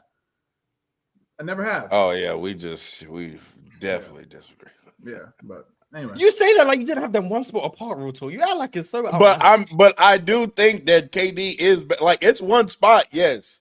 But I just but you think there's a tier? Like you think that's separation? No, not necessarily a tier. It's just like sometimes when you're there, brother, you're there. I was old enough to remember. From like 2011 to like 20, KD was pretty much known better than Steph Curry. Then 20 to 2020? No. What? No. I'm gonna be honest. From my perspective, now apparently history has changed after the fact. But from my perspective, KD was considered by the majority, not everyone, the majority, until Steph won in 2022. KD was considered the better player throughout their careers. Steph had years where he played better, but from college, so all the way until when KD entered the league in 2007, he was obviously a better player than Steph. All the way until KD got hurt the first time in 2015. All of those years, KD was considered better. 15, he didn't play. There was no Steph Curry KD conversations happening at all. 2016, Steph got it. Everyone, even KD fans were like, Steph got it that year. Then they team up. From 17 to 19, because I remember, because I was fighting the battle of Steph Curry. KD was considered the better player. From 17 to 19, KD was considered the better player while they were on the same team. It was a debate. It was a debate. People were absolutely debating. I know, because I was the one debating. But the majority had Kevin Durant. I was definitely on the. I can. 2021. After the playoffs that KD had. KD was still considered the better player in 2021. 2022 happens. Even after the 2022 regular season, KD was still considered the better player. Then KD did what he did against Boston, and then Steph went on his run and did what he did against Boston. And Steph's always been better than KD. Like, he's just always been. Well, 2016, people did think Steph was better, though, to be fair. They thought Steph was better in 2016. 2021, the year KD didn't play, obviously, Steph was better. And then 21-22, obviously, or no, sorry, the but 2020, neither of them played. And so 1920, all that stuff, 2021. But the MVP, well, no, he did play in 20. That was the MVP year that Jokic won. Well, why were 2021 is when 2021 is when Steph played, led the league in scoring. Even that year, because Steph missed the playoffs and KD did what he did against the Bucks. That year, KD was considered the better player too. Yeah, but to be fair, because of that Bucks series. But I think going to the he was, but I think going to the playoffs too, that was an open conversation. And he did have an OD regular season that year as well. I know Steph. Yeah, he just played 35 games. He played 47 games that year. No, 30. He played 35. I mean, Harden was arguably better on the Nets. That was also a conversation about the Nets. That Harden was their MVP during the regular season. But then everyone saw. That's why I said after the playoffs, KD was still considered the best. Everyone knows my thoughts on 2021 Steph Curry. I think he was the best player in the world.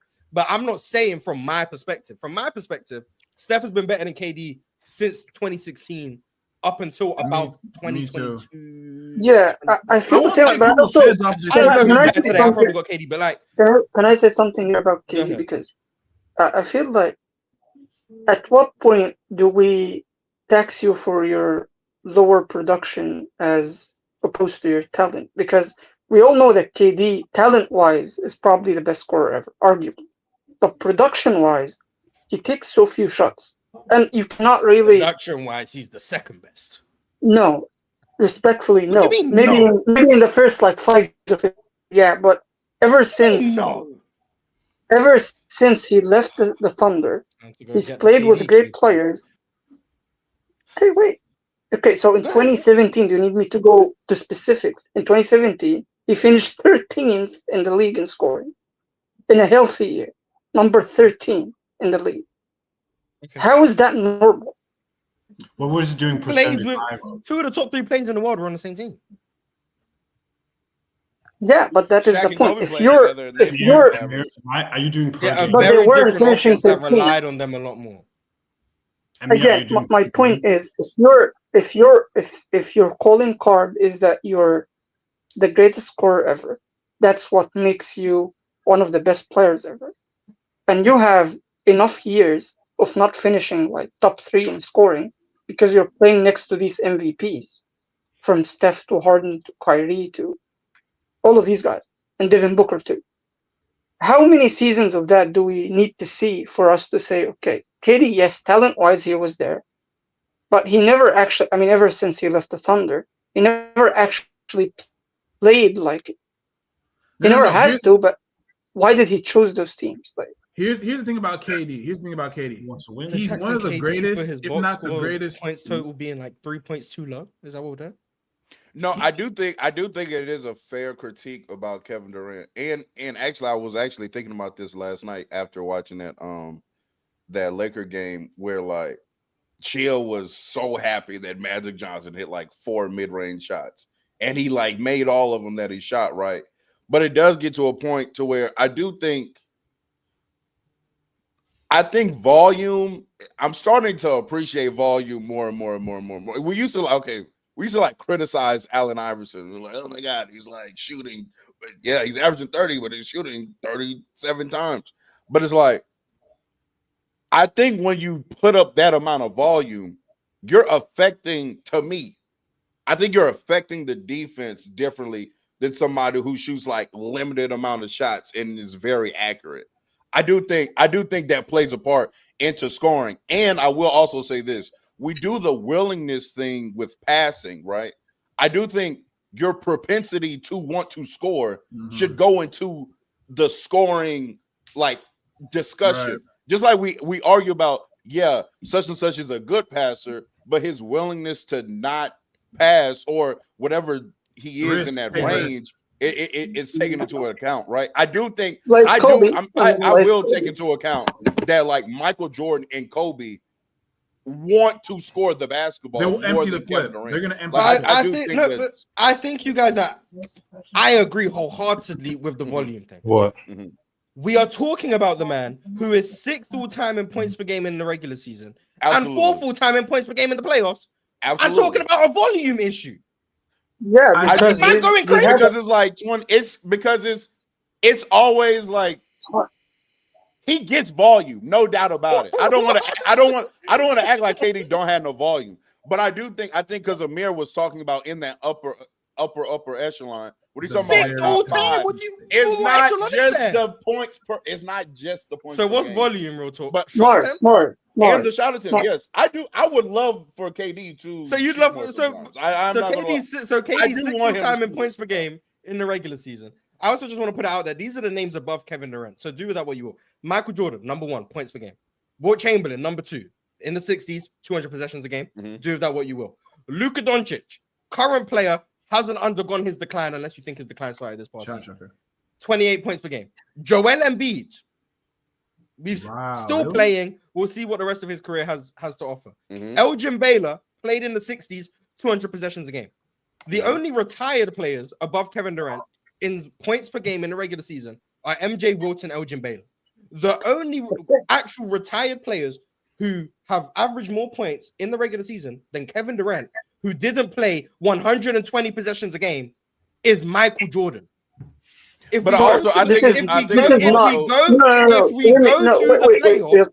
only players are Michael Jordan and Allen Iverson. Luka's above him too, but Luka still hasn't undergone his decline yet. So MJ and Allen Iverson. If we go to the finals, the only players above him are Rick Barry, 2 finals appearances, MJ, greatest scorer ever in my opinion, Jerry West, 200 possessions a game, and that's it. Okay, more volume than he needs. Hey, wait a minute. Hear me out. Just hear me out. Hear me out. First of all, the career points per game thing has a lot to do with having a great rookie year. We've seen it with many players. If you have a bad rookie year, it's going to affect you for the rest He of only your averaged career. 20. No, Yes, but like 20 is good. okay, 20 is good. Amir's point is, do you honestly think they're like KD's a But- more volume scorer than Kobe? No, but that's because Kobe is someone I can understand because the first 4 years in the last the first 4 years, the last, But if I do KD's prime versus anyone else's prime, he's still gonna stack out top 5. Yeah. No matter how he's gonna be more efficient because he's gonna just make more shots. Points per game, he's going to I'm not just top saying 5. points per game. I'm saying we don't ever look at. Okay, we've never watched Kevin Durant. We've never looked at scoring volume as points per game. No. I'm asking. No, I'm asking another question. I'm asking another question. We've never watched Kevin Durant play and be like, "Damn, he emptied the floating. He kind of floating out here." I really wish every single time, really. to score a little bit more right here. He is a every single time I watch him play. We've seen games where KD can look not uninvolved, but like he ends the game with 27, and it's like exactly. It's like he shot the ball 12 times. Yeah, cool. Okay, I agree with that. Okay, Mars. Name me one other all-time great scorer. Name me one other all-time great scorer that would go like 9 of 12 on a loss. On what? In a loss. This is the only one I can think of who has games like this. Bron did it, but I would assume. The issue with those types of questions is I could just start throwing names out there, and I guarantee I could find games where those. Right, exactly. That's what I'm saying. Right. But like, I don't want to. Like, I'm fairly sure Jokic has had games like that. No, but I'm fairly sure LeBron has had games like that. I want to guarantee Steph has had games where he's only shot 12 times in a loss. Now, did he go 9 for 12? Well, Kobe did Kobe do that? As good of a scorer as in Game 7? No, if you're not shooting well and it's a blowout. How many shots did Kobe take in like Game 7 against the Suns? Against the Suns, yeah. How many shots did he? See, this is one game for Kobe. This is like half of KD's career. But does that really take away that much? Okay, half is hyperbolic. I get your point, but like, there's something to be said about if KD is putting up volume that is quite evidentially up there with everyone not named Michael Jordan in NBA history. This is beyond nitpicking. Nitpicking is, in my opinion, when there's a valid gripe that holds you back in a conversation compared to someone else. When you're telling me the guy who averages more than all of these guys, you're holding him back because he doesn't average more than more. Like, what are we doing? I think Kevin Durant, what we're talking about with Kevin Durant, I think we're going a little far. KD isn't the guy that's gonna hijack the offense. He's gonna fit into the offense and he's gonna score the basketball at a super efficient rate. I just don't think Kevin Durant's the type of player to shoot 30 shots a game. And I don't think there's anything wrong with that. I understand what you were saying, real talk, with because I've never been a guy like that that was down on Allen Iverson or Kobe Bryant, on dudes like that for shooting a lot. I don't see a problem with that. I'm not going to just stand on efficiency, but sometimes it can hurt your team and sometimes it can help your team. I think Kevin Durant is the type that helps your team. But fellas, we talked about that for a while. I got to get back to the super chats. On top of that, I do want to announce that we will be doing playback tonight for the WNBA playoffs, game 3. We will be doing the Aces versus the Fever at 7:30 p.m. Eastern time, and we might do a doubleheader like we did the other day. Hopefully, we do. But I got a couple super chats. Hopefully, we can blast through these and we can get back to some more KD talk. Cowboy Bob says, going to be more added before the deal is done. Go, New York, go. Cowboy Bob says, this is Open Gym reunion featuring Oxen Swiper. LOL. Go, New York, go. I wasn't in Open Gym either, so I guess it's featuring me too. Yeah, he sent that before you got on. Oh, okay. I'm about to say I ain't got no motion then. Nah. He sent that earlier. You fit the vibe. You fit the Open Gym. Alan L. Oh, what'd you say? Amir? My bad. Shout out to Open Gym. We missed the show. We need to bring it back. Alan L said Ben Simmons wouldn't be thrown that turnover, by the way. Wouldn't have thrown that turnover. From 2010 till 2019. So from the first year in which KD led the league in scoring until he tore his Achilles, he had 10 games where he shot 12 shots or fewer. No, 10 games in which he lost and he shot 12 shots or fewer. Did you hear me? I said after he left. That's one game a year, I guess. I guess. Like, I said after he left the Thunder. But if we're gonna use Kobe's and not include his first 4 years and last 3 years to amp up the volume, which I think is fair, then why am I gonna start using post like peak Kevin Durant years to illustrate a point of his career? Because I think the conversation was that KD's like the best scorer ever, or out there is the best scorer ever, and then your argument is gonna be, oh yeah, post peak KD didn't shoot enough. It's like, okay. If we're calling him the best scorer ever only because of his Thunder tenure, then that's fine by me. I don't have a problem with that. But I've never seen a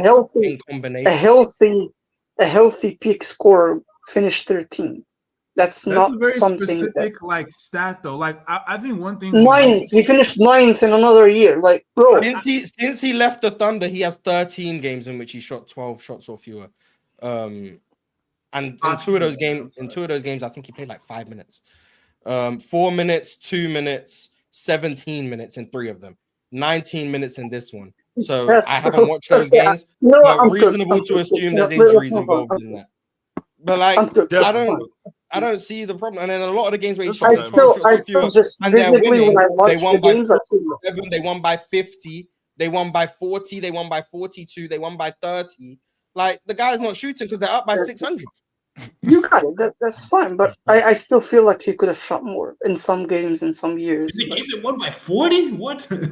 Hey man, that's okay. KD, how dare you be 5 for 5 in the game you won by 47? Yeah, empty the clip, man. I enjoy watching him shoot, and I think he should be taking like double the shots that Joe Harris. I mean, I don't know. You see him average more points than anyone in the modern era, not named Michael Jordan. I think you've seen enough points on the board for Kevin Durant. Yeah, because he is as good as Michael Jordan talent-wise. He should be. He doesn't have to shoot as much as many people because he makes more shots. You know what I'm saying? His shots just go in. So he makes more shots, he should be taking more. No. But that's what we're talking about right now. This is a ridiculous what we're doing right now is we're just talking about what we want to see as opposed to what's effective. You know what I'm saying? KD is effective. Well, it's what I want to see. I'm not saying he's bad because of it. I'm not saying he's hurting his teams.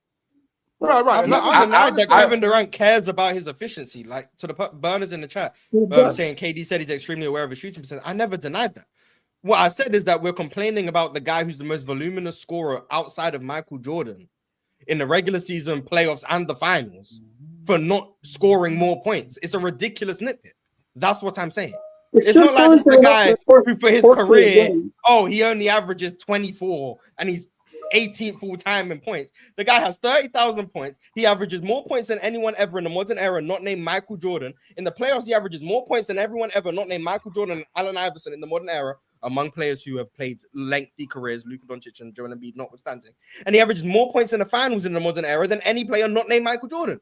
Every stage of basketball is Michael Jordan 1, Kevin Durant 2 or 3, and then we're like, he should be better. Like, and he does that I don't think going entire quarters without shooting the ball.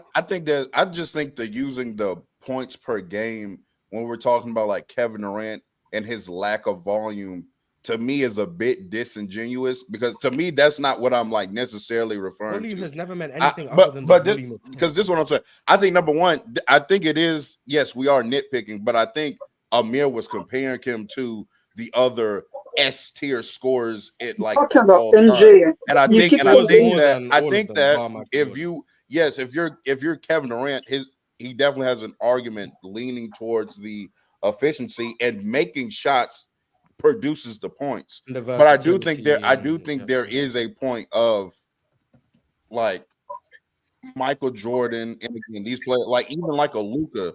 I wouldn't even really say post. The points per game might say it. I don't think like Kevin Durant's a more volume scorer than like LeBron probably on average in a postseason setting. Like Kevin Durant has led the postseason in scoring 5 times. You saw what? KD's led the playoffs in scoring 5 times. And he does it while taking entire quarters off. What years? I mean, no matter what. So you got 2011, you got 2013, 2014, 2016, and 2019. 2021 he didn't, but he averaged 34 points per game. I think Kawhi might have. I think you're not getting my point. My point is actually. No, I understand your point. He should have shot more. I understand your point. I'm saying it's a ridiculous nitpick. Well, what is the numerical number? Like, I understand your point. Not to mention, KD in the playoffs averages 21 shots a game for his career. And if you want to say post OKC, okay, his first year he shot 18 shots per game in the playoffs, only averaged 28.5 on his way to a championship. Trash. 21 shots the next year, 20 shots the next year, 20 shots the next year, then 23.5, then 21. You're responding to a different argument. And then the last time it was only 17 against the Timberwolves. But to be fair, by the way, too, Mars, in the last 5 playoffs, shots, he's putting shots up. In the last 5 playoffs, Jokic has shot 21 shots a game, and then Giannis has shot 21 shots a game in the last 5 playoffs. No one is like Giannis needs to shoot more. Also, some of those Warriors. Mars, you're missing my point. My point is he's more talented than all of these guys shooting 20 shots a game. He's more talented. We're doing so. I don't get why does it matter if I'm scoring 28 and 30. Why does it matter? One other thing with the Warriors. Okay, then what is his argument over MJ then? But he's doing the same thing with MJ, that's fine. But like the other thing is when you play with the Warriors, you just played less minutes. Like the argument for him over MJ is versatility. It's not volume. But I don't think he's better than MJ. I think MJ is very clearly the greatest scorer ever. I don't question that. I think Kevin Durant has a very strong claim to be second. Him, Bron, Kobe, they're in that group. I think he has a very strong claim to be second. And the biggest claim that Kevin Durant has is versatility and efficiency. No one's arguing that.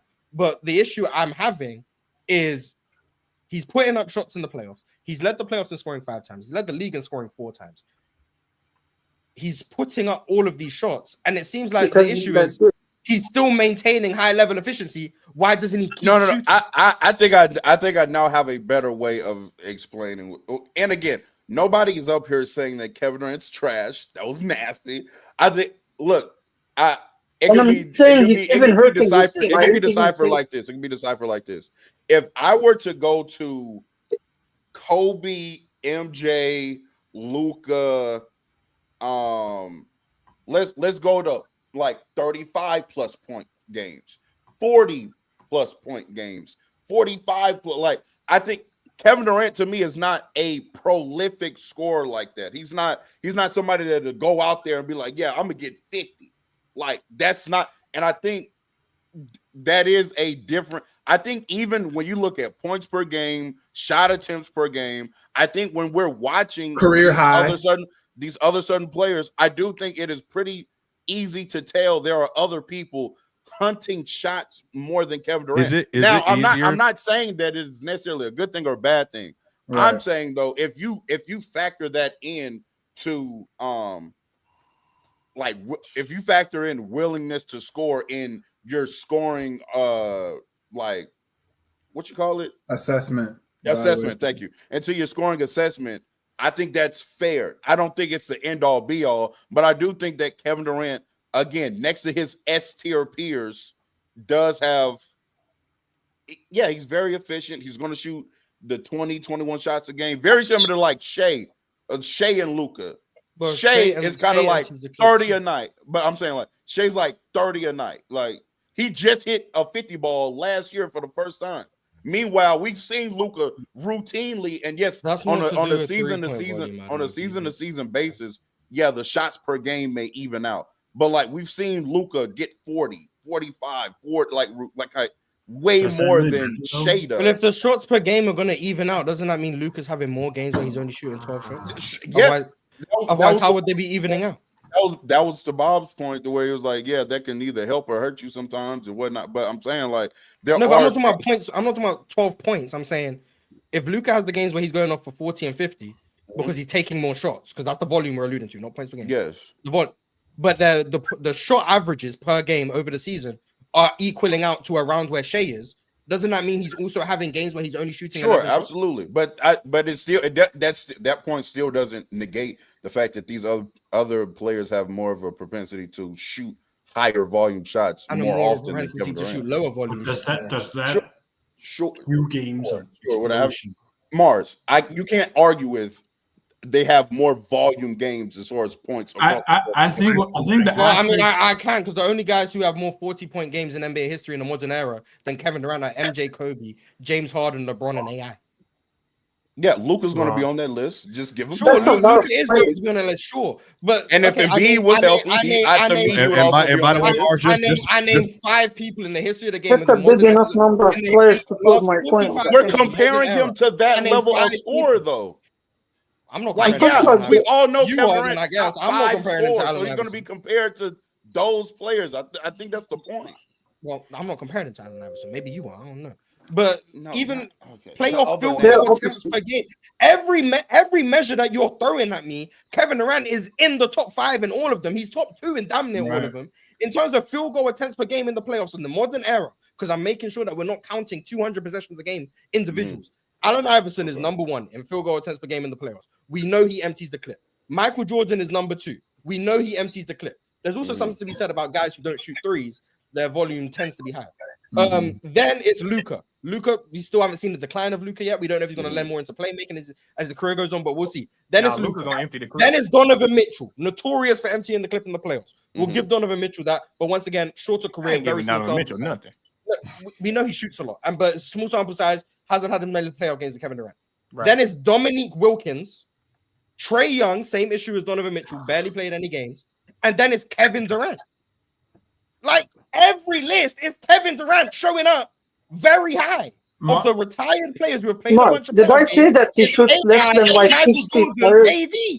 I just got a question. Did I say that like 50 players shoot more than him?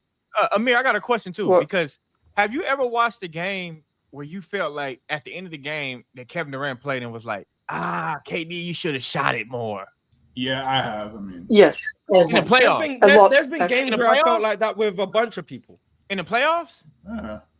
I can't think of a game off the top of my head. I can't be like, that game, KD should have shot more.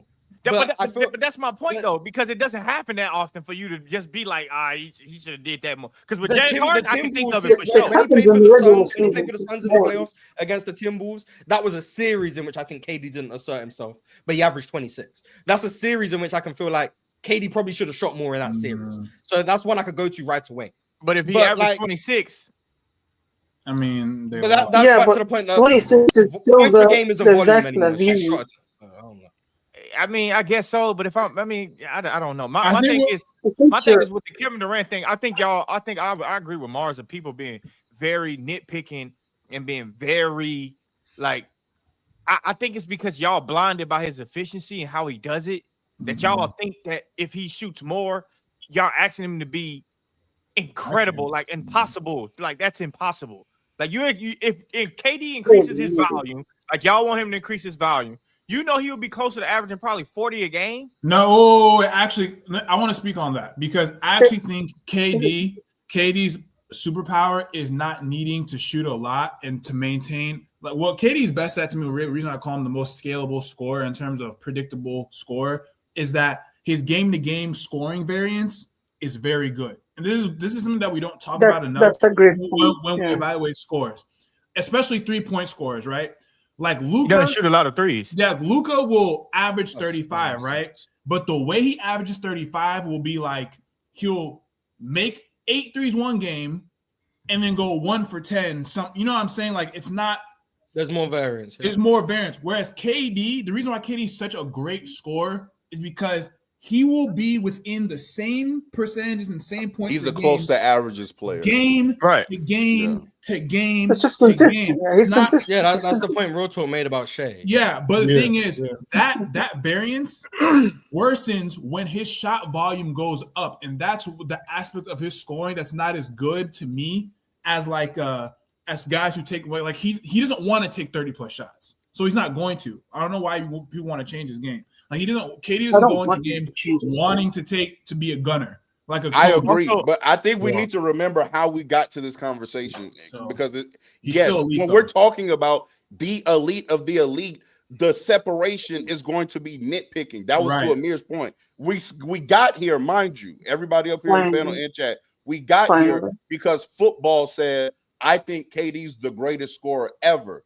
Amir then Yeah, Amir then replied to that and said, "Well, I don't know about that because I get in his assessment, he's probably judging volume on or propensity to want to score, or whatever, willingness to score and whatnot as a part of his criteria. So if he is deflecting from Kevin Durant being the greatest, then yes, it is going to be a nitpick because we're talking about the players that are we already all acknowledge Kevin Durant is one of the greatest scorers ever. I'm talking about like 3 or 4 we're having players. a nitpicking Wait, hold on one second. Yeah, it's going to be nitpicking because we're talking about the difference between Kevin Durant and like Michael Jordan and Kobe. Yeah, they're all right here. It's going to be that kind of a conversation. It's preference. It's preference. Oh, no, I think real talk. I think real talk hit the nail on the head right there. I think that's the perfect place to leave this conversation. I think that's a good assessment of what we've heard. And shout out to Kevin Durant. Cowboy Bob says, "Swiper versus football, Jokic conversation about time." Laugh out loud. I think it was about time that we had that. Cowboy Bob says, "Drenched man, I'm calling you out on Brunson hate. Go New York, go." You hate Jalen Brunson? He kind of. I don't necessarily hate him. Just like I don't hate Donovan Mitchell, but they're the same play. Like they're in the same category to me. I think Jalen Brunson's better than Donovan Mitchell though. But I just feel like I'm post Harden. After I was delusional about James Harden, about when he was with the Rockets. But once I woke up and realized like certain brands of basketball I'm just not a fan of no more. Like I'm just not a fan of how Jalen Brunson plays sometimes. First of all, it's annoying to watch Jalen Brunson play too. We watch him on playback, and I'll be saying the same shit. That shit is annoying to watch him bobble his goddamn head back and forth, and then get a foul call, and then dominate the ball and shoot all the shots. Like this shit is annoying. But I don't hate Jalen Brunson. I just sometimes we just don't like the way good basketball players play. Like we can acknowledge that a player's good, just don't really care much for the style of play. I think that's okay. Jalen Brunson's real good. I just don't like that style of play no more. I said the same shit about Luka. I said the same thing. I think Luka's that boy. But that shit he do is just I don't want to see that shit no more. That's why I want them to bring back 5 seconds in basketball. I genuinely yeah, for sure. Cowboy Bob also sent another super chat saying, "I ain't the only one he ducks. Swiper runs again. Go New York, go. Swiper, stop running and ducking, bro." Self-created beefs I don't tend to engage in. So look, shout out though. I don't even have a beef. It was just a I was more so referencing Bob. He's been trying this for a year now. Oh, for real. He's gonna catch up with you, Swipe. I can guarantee you. You have to be in a race to be caught up to.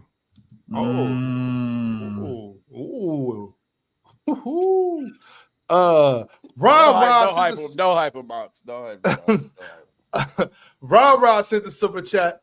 Ox logic on the Rockies is the reason Bulls have been bad since the 90s. Top 5 in attendance every year. You don't have to spend money on being good.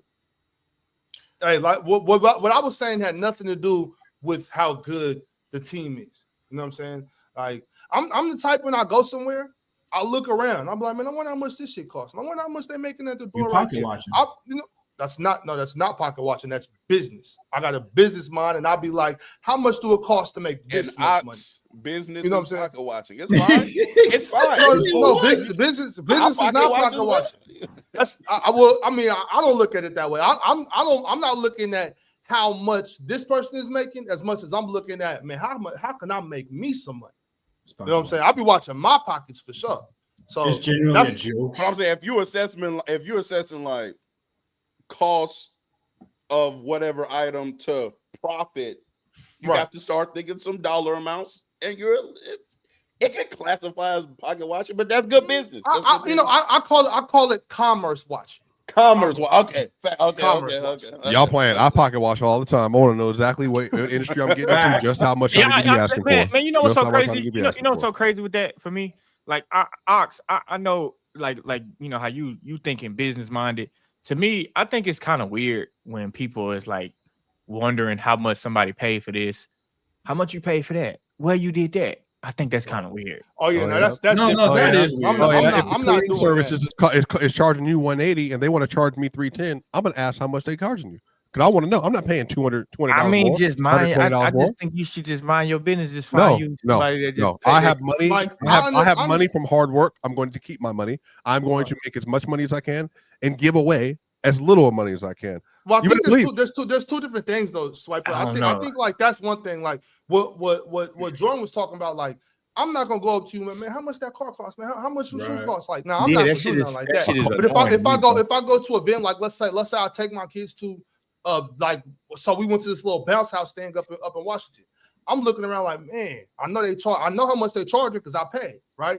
So I'm looking at it like, man, I see this worker. How much could they be making an hour? Boom. Okay, I'm thinking about that. How much do these big ass man? How much money I got to do to do this? You know what I'm saying? That's what I'm thinking. I did that yesterday at this gym I went to. I went to a little warehouse gym, and I'm like, damn, this motherfucker big. I'm like, how much he probably paying for this a month? Like, because I'm in that realm of doing something like that. But for me to just be looking at Swipe and be like, hey, Swipe, how much that chain cost? I'll tell you. Yeah, that's crazy. Hey, how much that shirt cost? I'll tell you. Like, how much you pay for them shoes? I think that shit is weird. And I'm only saying that because people ask me shit like that all the time, and I just be lying to them. I just be like, man, I ain't gonna lie, this shit fake as hell. I was like, bro, these knockoff shit, that shit was $50. Like, I just think that's annoying, bro. I don't believe it. I don't believe in asking or answering those type of questions. Like, but I think that's annoying. Like, how you worried about somebody that much? I just don't think. Actually, I'm gonna ask. I'm sorry. I don't tell you. Next time I see you, that's fine. You know what I'm saying? That's fine. Like, I want to know how much it was. Well, Swipe, I told you already. I know you be dressing, man. You need to come holler at me. That's what I'm saying. I want to know how much the suit was, so I know I can put it in my budget. That's different. I can pay for it and buy it. But ask him how much his shirt is right now that he got on. How much his jersey he got on? If for you, Swiper, I don't need no commission, brother. I'm gonna take care of you. No, I bet. Appreciate that. NY Breezy sent a super chat. For Jokic, it's outliers, but for Bron, it's not. I mean, I feel like everyone has outliers that we point to that are nasty. Some people don't get their outliers mentioned at all. True. But it is what it is. This super chat from Mpanzu was also referring to the Jokic and Bron conversation. I remember when he sent it. He said, this is nasty. Y'all can't appreciate what we see. I don't think it's nasty. I think Real Talk genuinely believes Giannis is what he is. He doesn't like the amount of love that Jokic gets from the NBA media, NBA fans, players. I think, he has become. I thought the video you made in the top 10 was hilarious. I suggest everyone go watch it. It was a real bait and switch for number 2 and number 1. You know what I mean? I saw my name get brought up a bunch in the chat for some reason. I have nothing to do with this, y'all. This is nothing to do with me. Real Talk has his own agenda that he's pushing. Shout out to my dog, man. Shout out to my brother, man. Yeah, I have Jokic number 1, but the Giannis Jokic, I just feel like they're going to end up being around the same place all the time when it's all said and done. And so to sit here and in real time act as if one is way better than the other, I think it's going to be historically wrong. Yeah, just like Michael Jordan and Drexler finished around the same place. That's not remotely the same. That's not remotely. Hey, y'all need to put some respect on Drex. I'm gonna tell you like I'm telling you from 88 to 98. Well, not 98. From 88 to 98. I got 2 shooting guards that you could have put on that team with Scottie Pippen, and they would have got 3 or 4 championships. And one of those shooting guards is Clyde Drexler, and obviously the other one is Mitch Richmond. Facts. It depends on if Michael Jordan was on the Trailblazers. Then Clyde Drexler wouldn't have got shit. What? Clyde in the Bulls would have beat the hell out of Mike. Don't start, Ox. Don't start. No, thank you. I mean, because that just means y'all think that y'all. That means y'all just think Mike was way better than Clyde. Like y'all think that. Folks, why you say that? Like it's a controversial opinion. You're the only one who has that opinion. Well, because I'm saying y'all need to put some respect. Y'all need to put some respect on Clyde Drexler. Oh no! See, you're talking about you're talking about when they got to Houston. I mean, Houston or Portland, whatever you want to do. Mike is way better than Clyde. Mike wasn't even there. I'm talking about when they played against the Bulls in the finals. Clyde started declining against the Blazers, right? Against the Blazers, I think if you switch Mike and Clyde, the Bulls still win. Nah, I don't. You mean the first 3? You mean the first because it's not going to happen in the second, right?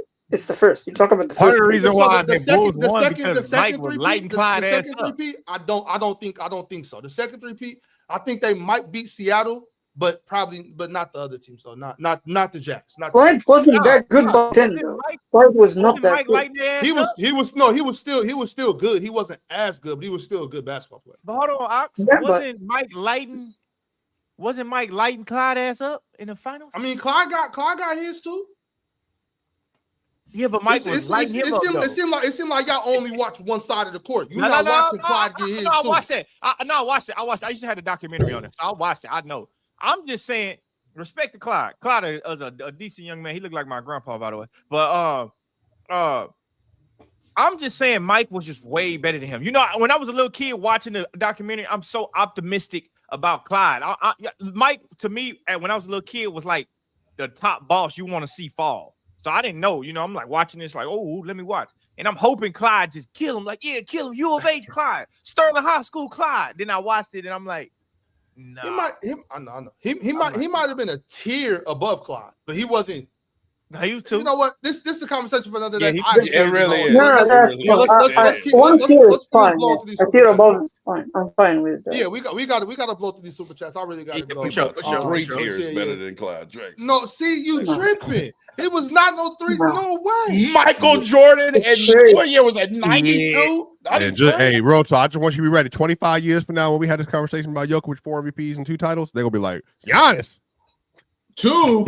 I hear how you snuck in 2 titles. All right, I already. You know, my projections are already here for next year. So you hush. I know. So when y'all don't win. So what if they do? Real talk. What if they do? What you gonna do? What you gonna do? Hey, real talk. Hey, real talk. If the Denver Nuggets win the title, hey, hold on. I got you. If the Denver Nuggets win the title this year, you got to start using a different lotion than Jergens. You got to get a better lotion. How about they get a good one? All right, so hold on, real quick. Let's get back focused. Are you talking about Jergens and shit, ashy elbows? SMN. I use that Jergens for something else. I hear about this expansion to EU a lot. Maybe I'm slow, but I can't comprehend how it will work logistically. Traveling and stuff for games sounds insane. It's not the actual NBA expanding to Europe. It's them having a European. It's the African lotion. Although there will be an NBA game in London. This African lotion. I personally think that's so disrespectful. I think that's so disrespectful. First of all, I understand. You know what I'm saying? You're trying to sew up the whole thing. But I think. I just think it's disrespectful for them to try to put NBA Europe going on. Like, you know, because you already have European trips, and like the problem would more be for the European trip teams going to the US, but they'd probably just bunch their away games together so they have a bunch of African lotion. Get that shit out of here. This stuff is great. This stuff is great. You have shea moisture. Stop. Beer it's your local Walmart, right? You got that from the beauty supply. African lotion. I'm about to see some. You got that from the beauty supply, man. The Korean virgin coconut oil. This is great. Your skin. Real talk. You got that from a Korean lady at the beauty supply. Nah, not no Korean. Real talk. You start using this, some elbows are gonna be cracking this much. I promise, bro. Just little. Skin is already. Bob Wick sent brand on here that you be using. Bob Wick sent the super chat said it's almost that time, my bros. I think he's referring to the season. I believe the preseason starts on Thursday, right? Jordan, they sell baby oil too. Right? Stop. Preseason starts I'm not in the baby oil. Swiper, if you're gonna keep derailing the show, Swiper, you're gonna be forced to host. I'm sorry. Baby oil is crazy. Bob Wick sent members chat. Bob Wick has been a member for 15 months. Shout out to you, Bob. We appreciate the support. My GOAT, real talk. I missed you. Man, shout out to Bob Wick, man. You know, always sending love. But I do think, you know, the sign of a great man isn't his supporters. Oh my God! Does he have real detractors? And I'm starting to get some real detractors in the. Whoa! You're my biggest detractor. So this has been for years, by the way. Yes, you are. No, Penn is your biggest. This is not about Penn wants to be. He will not be. He's not taking real talk spot. No, It's not going to happen. I don't know, Swiper. Penn be having you on the ropes, bro. Is Penn? I didn't even say nothing yesterday. He got mad at me again with that mic. Hey, I made the joke. I made the joke, and he went in on you. I thought it was hilarious, personally. I thought that was I thought that was funny. Even Mars laughed. I thought that shit was hilarious. You talking about the computer, the computer, yeah, the calculator. Yeah, that was great. great. That was good timing. I'm mad at me. Yeah. Nick the Quick, a real hooper, says, as a PC member, I'm the best hooper, Ox. Hey, Nick, you got to prove it. I've been trying to line up the 1v1 for you and Ron. And have you ever seen Nick the Quick hoop? I've seen tape. He got game for sure. Oh, okay. Where you from? Every time Real Talk tweet about me, he's from up north, like his account goes up. Minneapolis. No, Milwaukee. Milwaukee or Minneapolis. 100 new followers. He's from Milwaukee or Minneapolis. I'm not sure. I can't remember. I get him confused sometimes. If you're in the chat, Nick, you go ahead and correct me, please. I think he's from Minneapolis. I think he's from Minneapolis, but I don't know. It's okay since the super chat. Do y'all believe if KD used his scoring gravity to play make to its full potential, would he be a top 10 playmaker all time? Yes. I think he is using everything Milwaukee, he got to his full Milwaukee. Right. Milwaukee. Okay. I think he's using everything he has to his full potential. Why are y'all doing this with KD? Exactly. He is who he is as a player. When people envision something and it's not like they view KD as he should be better than he is, and it's just that to me that's better than what KD is. And he's already one of the greatest players of all time. So. First of all, it's the same thing that happens to Shaq. I never subscribe to. Yeah, it's like first of all, like you know what? You bought me with it. I always say that about Shaq. And now I feel that y'all do realize that KD go through some of the similar things that Wemby has as far as like limitations on some of the things that he do. Y'all do realize that, right? Because he's 7 foot. I've said that about KD's handle for a while. Yeah, like he's 7 foot handling a small ball, his feet big, like he running the like he can't do all of the things that y'all think he can do. Right. He just them big feet lost him a series. Yeah, like even that too. But him just handling the ball like for playmaking, like how many 7-footers? I don't know. Swapper gonna say Jokic, but no, how many footers can do what KD can do? Like, Carl, so when y'all say he should be better than what he is, to me, it's like y'all forgetting, like, brother. I don't actually said he should be better. He can't be better than what he is. He would be unreal. Right. So. I agree. Mars, they do that with Shaq too, though. Like, I think like Shaq did this, and it's like, bro, what? Yeah, like real talk said though. Like we, you know what I'm saying? We nitpicking at this level just because we're talking about this level. It's not. I don't think it's a knock to KD as much. Yeah. Just trying to point out little stuff. I don't think it's impossible. I think it's impossible to say to some of the stuff that people be saying. I think it's impossible, based on the limitations that he has as a basketball player. Like he has limitations that we just don't talk about because he's Kevin Durant and he's awesome. Right. But he definitely got the same. This is so all-time great like player. But I just point to something I wholeheartedly agree with. I always says there's no such thing as a perfect basketball player. So if we point out something he could be better than, that's not us taking away from the fact that he is Kevin Durant. Michael Jordan could have been a better 3-point shooter. He's Michael damn Jordan. Like he's to most the greatest ever. Like, and again, we were nitpicking because of the caliber of player we were talking about. But yes, everybody up here believes that Kevin Durant is an all-time great player. He's in my top 10. So I don't. Yeah, real talk. Captown Hoops wants you to know. Real talk. You putting on for the OGs. I'm not even the oldest nigga. Yeah, you are. Yeah, you are. I hear you though. There you are. Well, those are the super chats. That was the episode. Appreciate y'all. We'll be on playback tonight, 7:30 Eastern. Hold on, we still got 3 minutes. Somebody got to tell a joke. I'll tell you. I got 3 minutes. Wait, who wins tonight? Who wins tonight? The Aces win by 15, and the Bulls win by 4. Shout out to my good clients, man. Shout out to my good family, man. My guy, Mr. Victor gave me 2 tickets to the Titans and Texans game this weekend, so I will. Gave you. They were free. I'll see y'all later. No, they weren't free. He gave me them tickets, brother. He gave them to me last year. Hey, bro, talk. He picked them up off the ground. He gave them to me last year too, by the way. I go every year. This is from Mars. Neymar clears. I agree. He clear. So, facts. You know, I got to give shout outs to my guys. So that's all I wanted to say. See y'all tonight on playback. See y'all tomorrow. Oh no, there's no chill tomorrow either. See y'all on Monday. Why you can't do Why you can't do chill with chill? Because I'm not chill. Ain't no chill. Ain't nobody coming to see the show me. would come down to this. Ain't nobody coming to see you, Otis. You know what I'm saying? Shit, that's chill show. They know what gonna you see mean. what it is. Hey, I know my role. I play my position, but hey, it's okay. Hey, Ox, like I said, get your lawyer on the phone. We make it real. Hey, we gonna do that for sure. That's coming. For sure. We gonna end all that. All right, y'all. Jordan, we're gonna start doing funny with money.